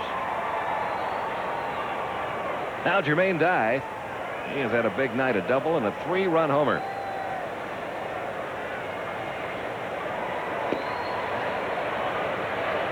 You think about the situation Dye is in. He is getting most of the starts against right-handed pitching in right field. When left-handers start, he's moving over to left field. He's become an everyday player. He is getting more playing time than either Andrew Jones or Ryan Klesko. Fly ball to right, fielded by Everett. And there are 2 down here in the bottom of the 7th. You know what impresses me about him every day, Pete, is that he doesn't make many mistakes. For young players, sometimes you expect a guy to make some base running mistakes or get turned around on some fly balls or throw to the wrong base. Jermaine doesn't make that kind of rookie mistake. He might strike out once in a while or look bad occasionally on a breaking ball or one at bat, but no mental errors, and that's really something to be proud of for him at this age. Here's Lopez, 0 for 2 tonight. Had a couple of home runs here last night. He's lined out to short, flied out to left tonight. 1 ball, no strikes. Some good instincts and some good coaching, talking about guys like Leon Roberts and some of the other staff in the minor leagues. Out of play, 1 ball, 1 strike. That's even more important these days because players get to the major leagues so quickly. They don't have that long, most of them don't have that long time in the minor leagues where they can work for 5 or 6 years to hone their skills and their instincts. It's a quick preparation these days. Fly ball, left field, well hit, back to the wall. Gilkey looks up, 3rd homer in 2 nights for Javi Lopez. His 21st homer of the year. It's 5-1 Atlanta.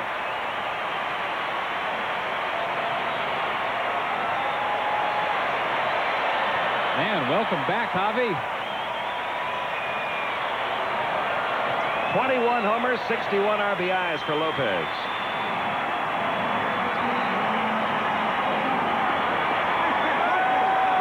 There's no doubt about that one. Hanging breaking ball. You throw this guy a breaking ball and leave it up, you might as well just ask the umpire for another one. So it's now a 4-run lead again, 5-1. Here's Smoltz, who was grounded out twice, taking a strike outside corner, 0-1. He had gone 80 at bats without a home run, and now 3 in 2 nights. There's no explanation for it. Remember the slump he was in on that road trip? He couldn't buy a base hit, much less a homer. He was swinging at pitches over his head and then one in the dirt. Something else about that homer, Pete. Of his 21 homers, 15 solo shots. 2-1 the count now on Smoltz. 2 outs in the inning. I think he went. 2-2. 419 feet, the unofficial measurement of the Javi Lopez homer.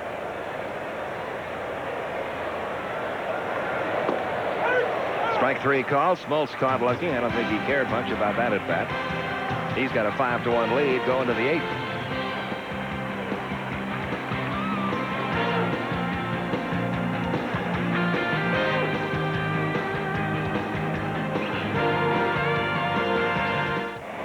Hey, let's take a look at the Delta scoreboard in the National League. Houston beat Colorado 5-4, and they welcome back Billy Wagner out of there off the DL. Philadelphia over Chicago. Cincinnati beat San Francisco, so they stay hot. Mitchell had a home run in that game.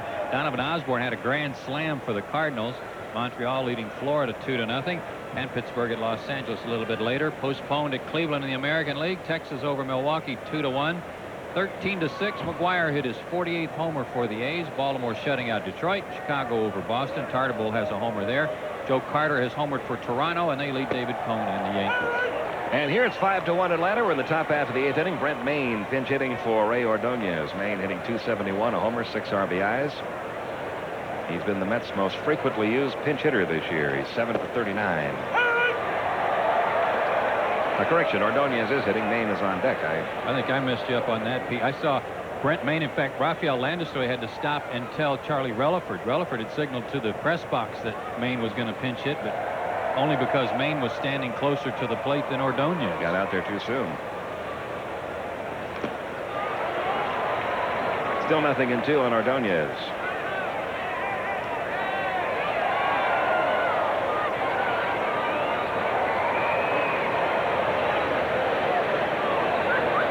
Big crowd tonight, 47,130.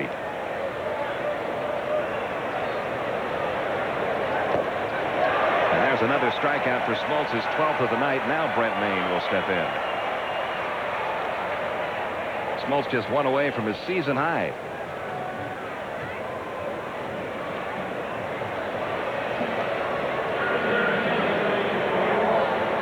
Brent Mayne pinch hit here last night against Mark Wohlers and struck out. I think he came over here in the same deal that included Dave Malicki. Pitch to Mayne is a strike in the outside corner. Smoltz had 13 strikeouts against San Diego in that near no-hitter back on April 14th. He also struck out 13 against the Cubs on May 29th. His career high 15 against Montreal back in '92. 0-1 pitch. 1 ball, 1 strike. Correction.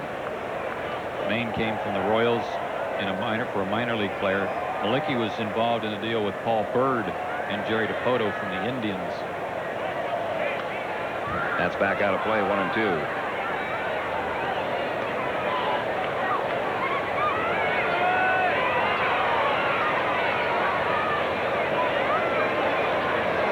One out, base is empty. We're in the top half of the 8th inning. It's 5-1 Atlanta. Smoltz working on a 5-hitter. Off the glove of Smoltz. Lemke fields on to first in time. And 2 men are out in the 8th. It was kind of funny. He threw a changeup and then he hit a changeup back to him. John thought it was hit sharper than that. But he has been just as dominant tonight as he was in that game at Chicago earlier in the year where he struck out 13. Maybe not quite the stuff he had on that day in San Diego where he should have had the no-hitter, but he's been awesome tonight. Lance Johnson 1 for 3. His hit was a bad hop double over Fred McGriff's head in the first inning. Taking ball 1.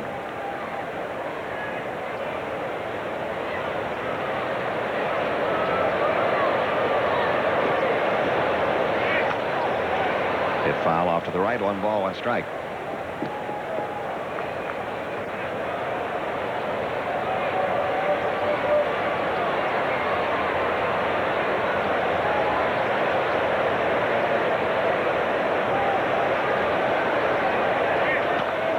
Another one rolled to the right side. Lemke can't quite get to this one. It's another base hit for Lance Johnson. He moves a step closer to 200. He now has 195 hits on the year. Well, I'll tell you something about Lance Johnson. One thing, if you have 200 hits, you got to find a few holes, and he certainly has been hitting them where they ain't.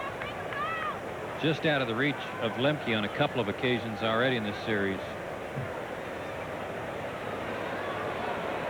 He has already established some Mets records this year. Most hits in a single season, most triples in a single season. He now has 65 multi-hit games. There hasn't been a National League hitter with 70 since 1984 when Tony Gwynn did it. He's closing in on that. Alfonso loops one, right center field. Grissom on the run. He's got it. And that'll do it for the Mets in the 8th inning. One more strikeout for John Smoltz. He has 12 on the night. They go to the bottom of the 8th. It's 5-1.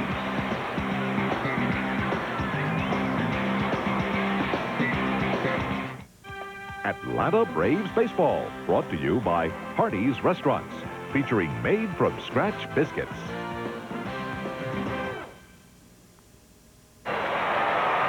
We go to the bottom half of the 8th inning. It's been all Braves tonight, leading at 5-1. Mets go to their third pitcher of the night, right-hander Jerry Dipoto, making appearance number 48, 6-1 with a .422 earned run average.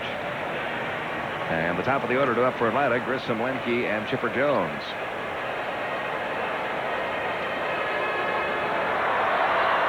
Marquise Grissom 0 for 3 tonight, 3 groundouts.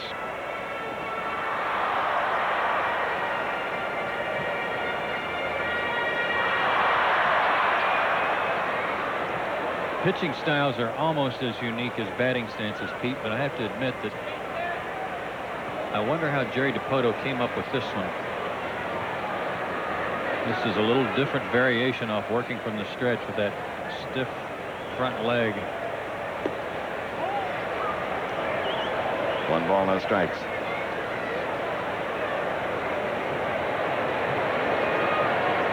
See how he sets that front leg over toward third base. Very stylish. Yeah, it is, really is. 1-1 the count. If his shoes are brightly polished, you get a good look at those.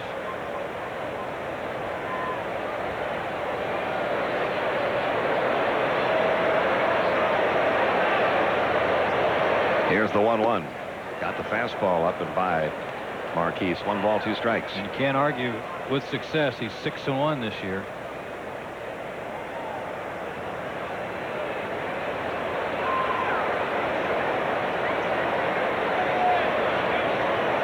Malicki worked a couple of innings, gave up a run, 2 hits, didn't walk anybody, struck out 3, looped to right field. That is a foul ball.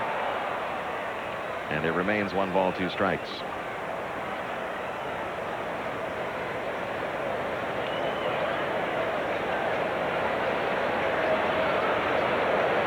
Braves got a run in the second. Ryan Klesko singled that run in. Jermaine Dye a 3-run homer in the 4th. Javi Lopez solo homer in the 7th.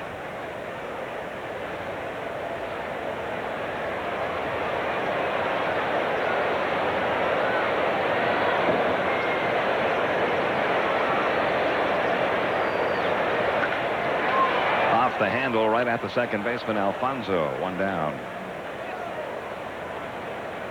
And Mark Lemke will be the hitter. Lemke 0 for 3. It's the kind of night that Chipper Jones was talking about a few nights ago. He was saying that most games that the Braves have played this year, when one part of the batting order hasn't been doing the job, another part has. Well, the top part of the batting order has not been getting on base tonight. Grissom 0 for 4, Lemke 0 for 3. Chipper's been on once. He's 1 for 3. But all the RBIs tonight coming from the 5, 7, and 8 spots in the order, and that's the way this team has won all year. When they fell into that 5-game losing streak, nobody was delivering the big hit.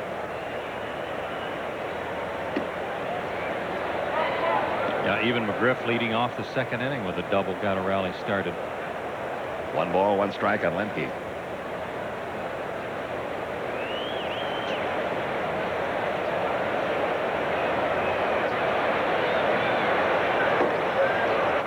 Chased a high outside fastball, 1-2.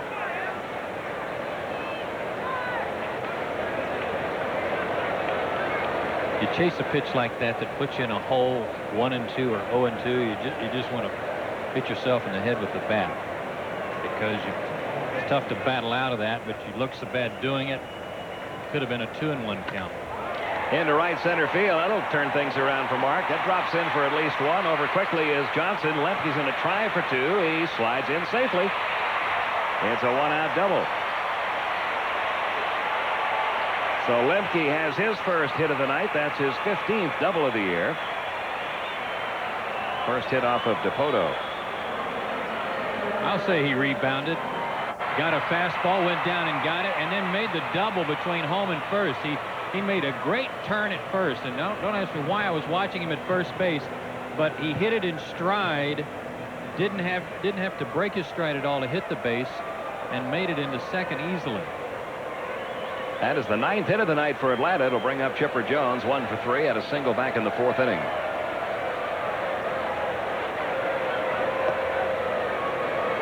One ball, no strikes on Chipper.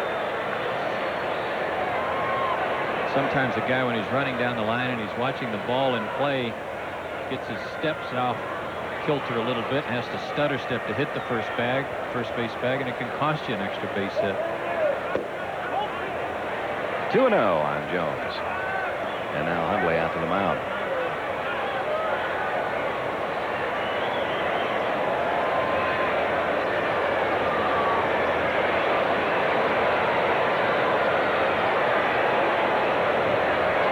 How many hits does Chipper have on the year? 164 now. 27 doubles, 4 triples, 29 homers.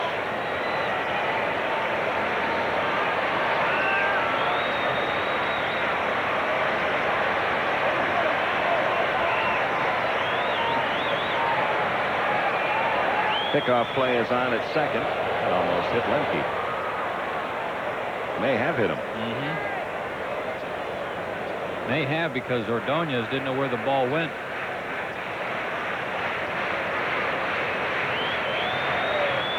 Yeah, got him on the arm.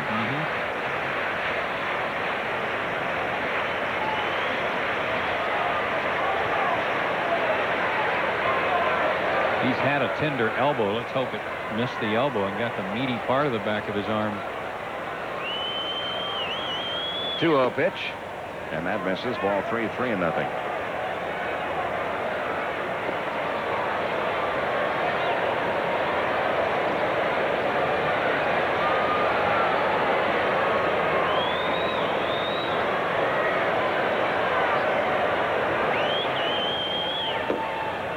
And Chipper walks on 4 straight. Runners now at first and second as the Braves try to ice this one here in the bottom of the 8th. Fred McGriff will step in. He has a double and a couple of strikeouts tonight. Tell you one thing, when the Mets start thinking about next year and what they need to keep games close when they're facing a team like Atlanta, all the left-handed bats coming up, they only have the one lefty in the bullpen, John Franco. They could use one more. They use Franco, of course, as their closer. But 7th, 8th innings, oftentimes games can be won or lost.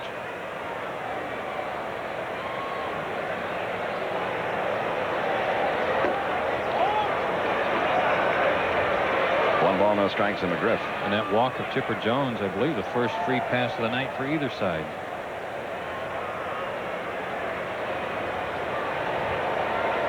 One man out, Jones at first, Lemke at second.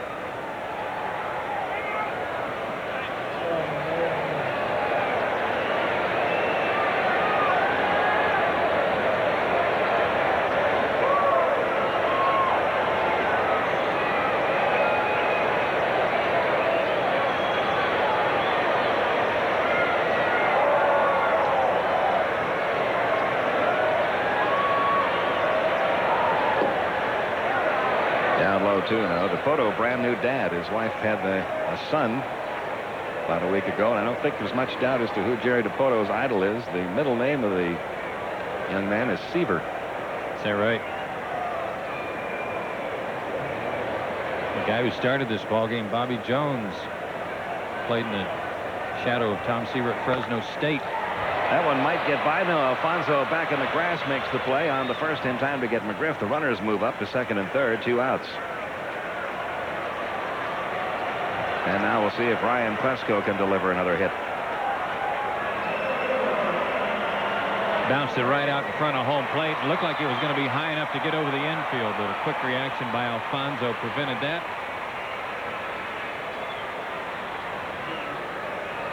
2 outs, runners second and third. Plesko tonight 3 for 3, a single and a pair of doubles. And some adventures on the base paths tonight for Ryan. He got that single in the first inning. He was thrown out trying to stretch it into a double. When he got the double in the 6th inning, he was heading for third, put the brakes on, trying to get back to second, got caught. Ryan's excellent adventure. They count 0-1. Braves leading at 5-1, 2 outs, bottom of the 8th.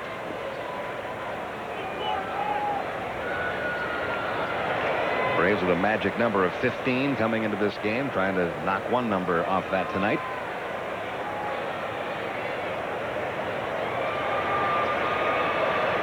I'm surprised the scoreboard's working tonight. Ryan was peppering that during batting practice, hitting some rockets. carried it with him right into the game.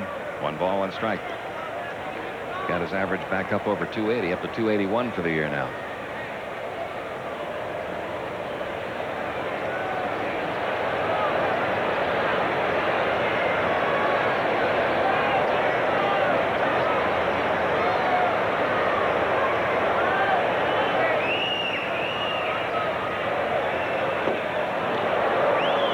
Two. One thing's for certain, he's not getting cheated tonight.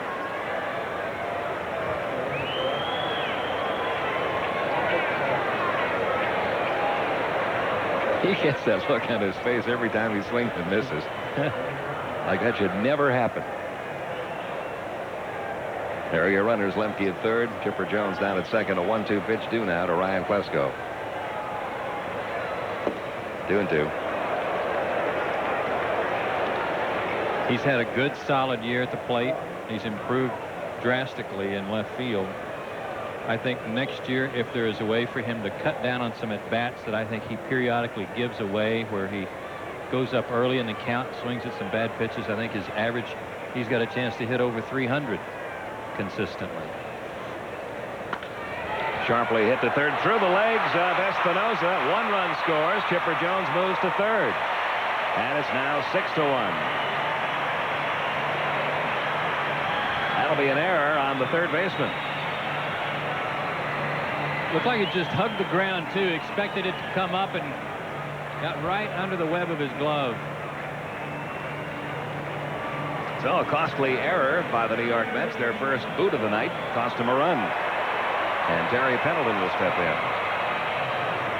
He's 0 for 3 tonight. A couple of strikeouts reached on a fielder's choice. Chipper Jones now at third. Klesko at first. Lemke has scored.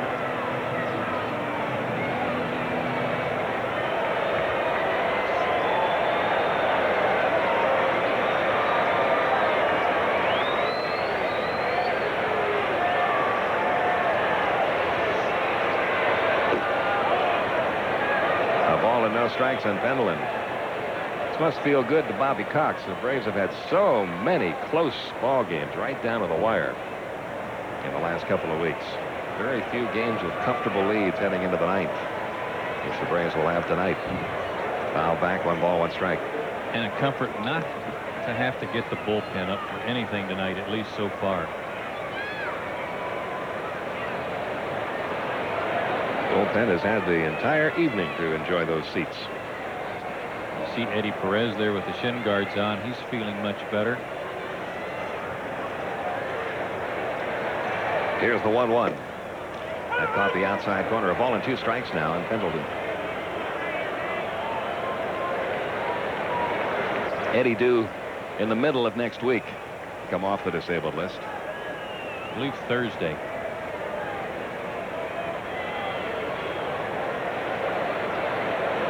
Here's the 1-2. He tried to stop his swing. He went around, says Rich Rieker. So credit to Poto with a strikeout. That's out number 3 in the inning. Braves pick up an unearned run and take a 6-1 lead into the ninth.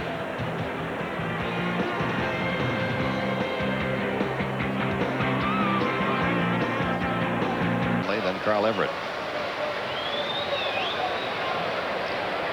If he gets the complete game, he will lead the league in that category. Kirk Schilling has 5, Todd Stottlemyre 5, Kevin Brown 5. That's a number that gets lower and lower each year as managers go more and more to their bullpens. Gilkey 0 for 3 tonight. The age of specialization.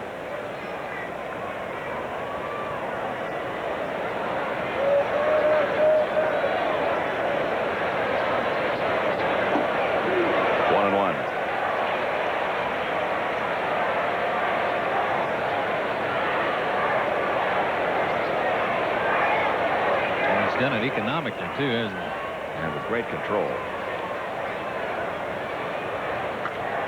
In the air to shallow right field, Jermaine Dye out there waiting, and there's 1 out in the 9th inning.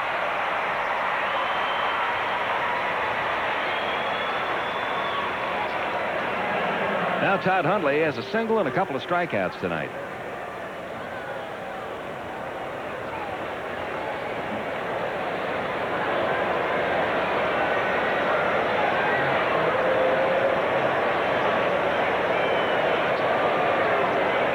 Smoltz with this game beginning to take aim down a couple of other records. Phil Niekro holds the Braves record for most Atlanta Braves record for most strikeouts in a year, 262. Smoltz is closing in on that. Could get it maybe 2 starts from now. Fouled away, 0-1. Yeah, I think he's got a shot at around 275. Most wins ever by an Atlanta Brave pitcher, 23 by Phil Niekro back in 1969. If Smoltz gets his 21st tonight, he'll have about 4 more starts this year with a chance to beat that record.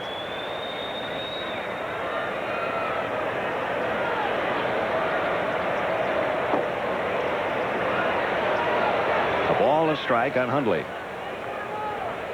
He pitched a good game against the Mets earlier this year and got his first no decision of the year. 1 walk, 10 strikeouts in 6 innings. Oh boy, Terry Pendleton standing at third base may want to know what's the difference between that swing and the one you rang me up on to end the bottom of the 8th.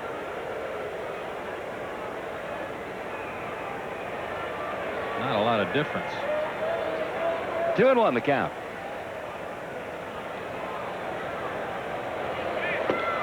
Inside corner, 2-2. Top of the 8th, Montreal behind Mark Leiter, still leading Florida. He wasn't pitching against his brother tonight, was he? No, Mark Valdez pitching tonight for the Marlins. Still 2-2 on Hundley.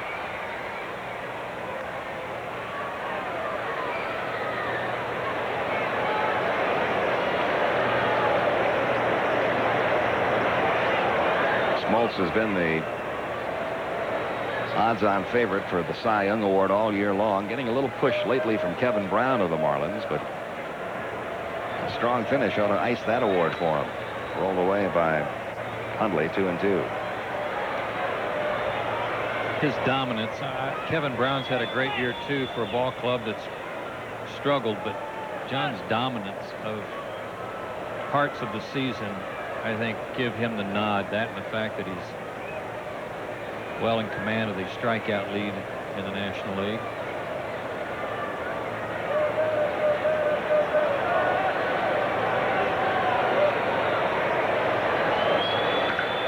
In the air, deep left center field. Back to the wall goes Klesko. That ball is off the top of the wall. Hundley on the way to second. He just missed his 40th home run of the year, which would have tied Roy Campanella's record for most homers by a catcher in a single season. I think he thought he had it. He slowed down a little bit as he got near first base. I think John Smoltz thought it was out of here too. He tried to rush a fastball by him. And Hundley, who had struck out on that pitch earlier, you see John's reaction. He thought it was out. Hundley had fanned on that pitch earlier tonight. This time it was left up, and he just missed hitting it out. And for the first time tonight, the Braves will get the bullpen up. Mark Wohlers begins to loosen. Carl Everett, the batter. Runner at second, 1 out. That was the 7th hit off Smoltz. Everett takes ball 1.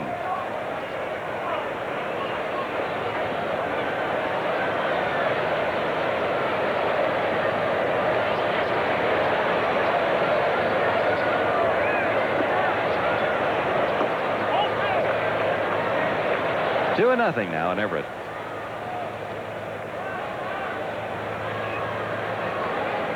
Bobby keeping a close eye on the location. John hasn't thrown that many pitches, but it is the 9th inning. Maybe getting a little tired, and if he leaves another pitch or 2 upstairs, he might think about the bullpen. There's a strike, 2-1.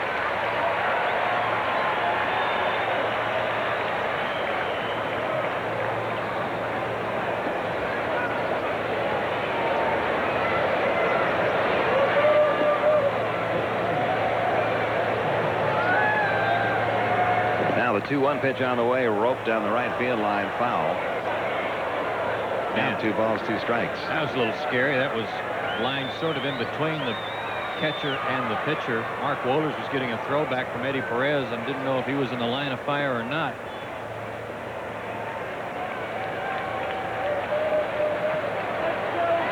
Won't have to worry about that next year. In the new ballpark, the bullpens won't be in play. Full count, 3-2.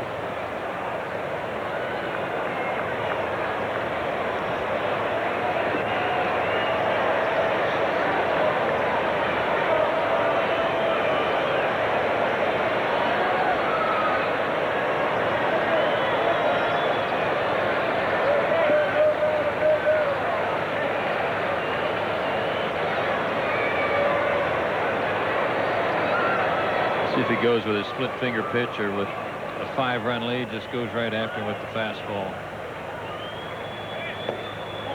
Breaking ball. That's low, ball 4. He walks him, so runners are now at first and second, 1 out. And it looks like Bobby is going to stick with him for at least one more hitter. First walk he's issued tonight. And here's Pettagini, who has struck out, grounded out, and doubled. His double back in the 7th drove in the Mets' only run.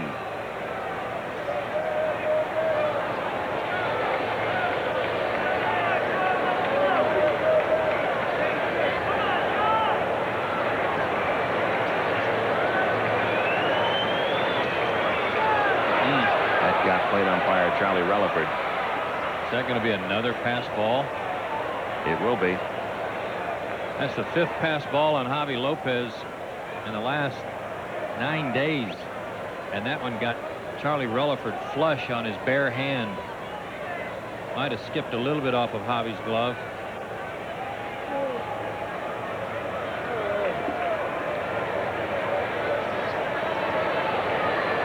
So the runners move up to second and third. That takes a ground ball double play out of it here.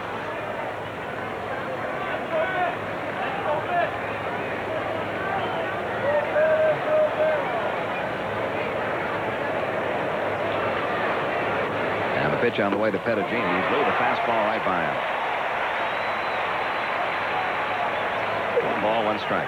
Pettagini pretty quick inside.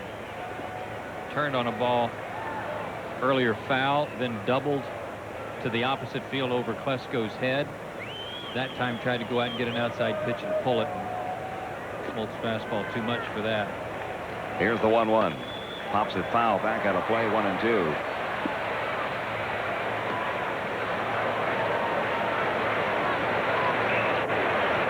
The difference tonight for Smoltz or Wohlers if he comes in is that right now there's a little margin for error because the Braves have built up a substantial lead here in this one. For the last couple of weeks, it seems like every time we've gotten to a situation like this, the game has been on the line.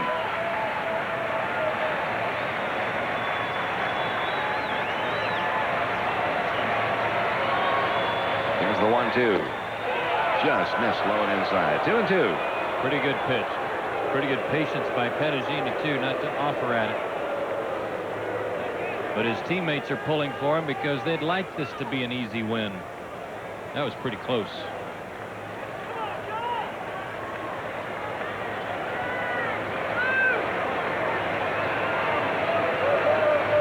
Smoltz ready now for the 2-2. Here it comes. Struck him out. First base is open, so they've got to throw him out. That's strikeout number 13 for Smoltz, matching his season high. 3rd time this year he's struck out 13 in a game, and now he needs 1 more. Split finger pitch and a beauty. Good spot. Kept it down. Alvaro Espinosa batting for the first time. Crowd of 47,130 on hand tonight. And here is Espinosa, who came over from Cleveland.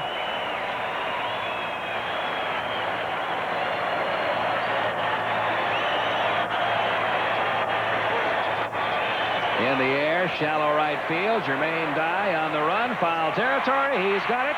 And John Smoltz has won his 21st game of the year. A complete game, 6-1 victory. He got a little breathing room early, and John cruises to his 21st win. He is our AutoZone player of the game. His 6th complete game of the year makes him first in the National League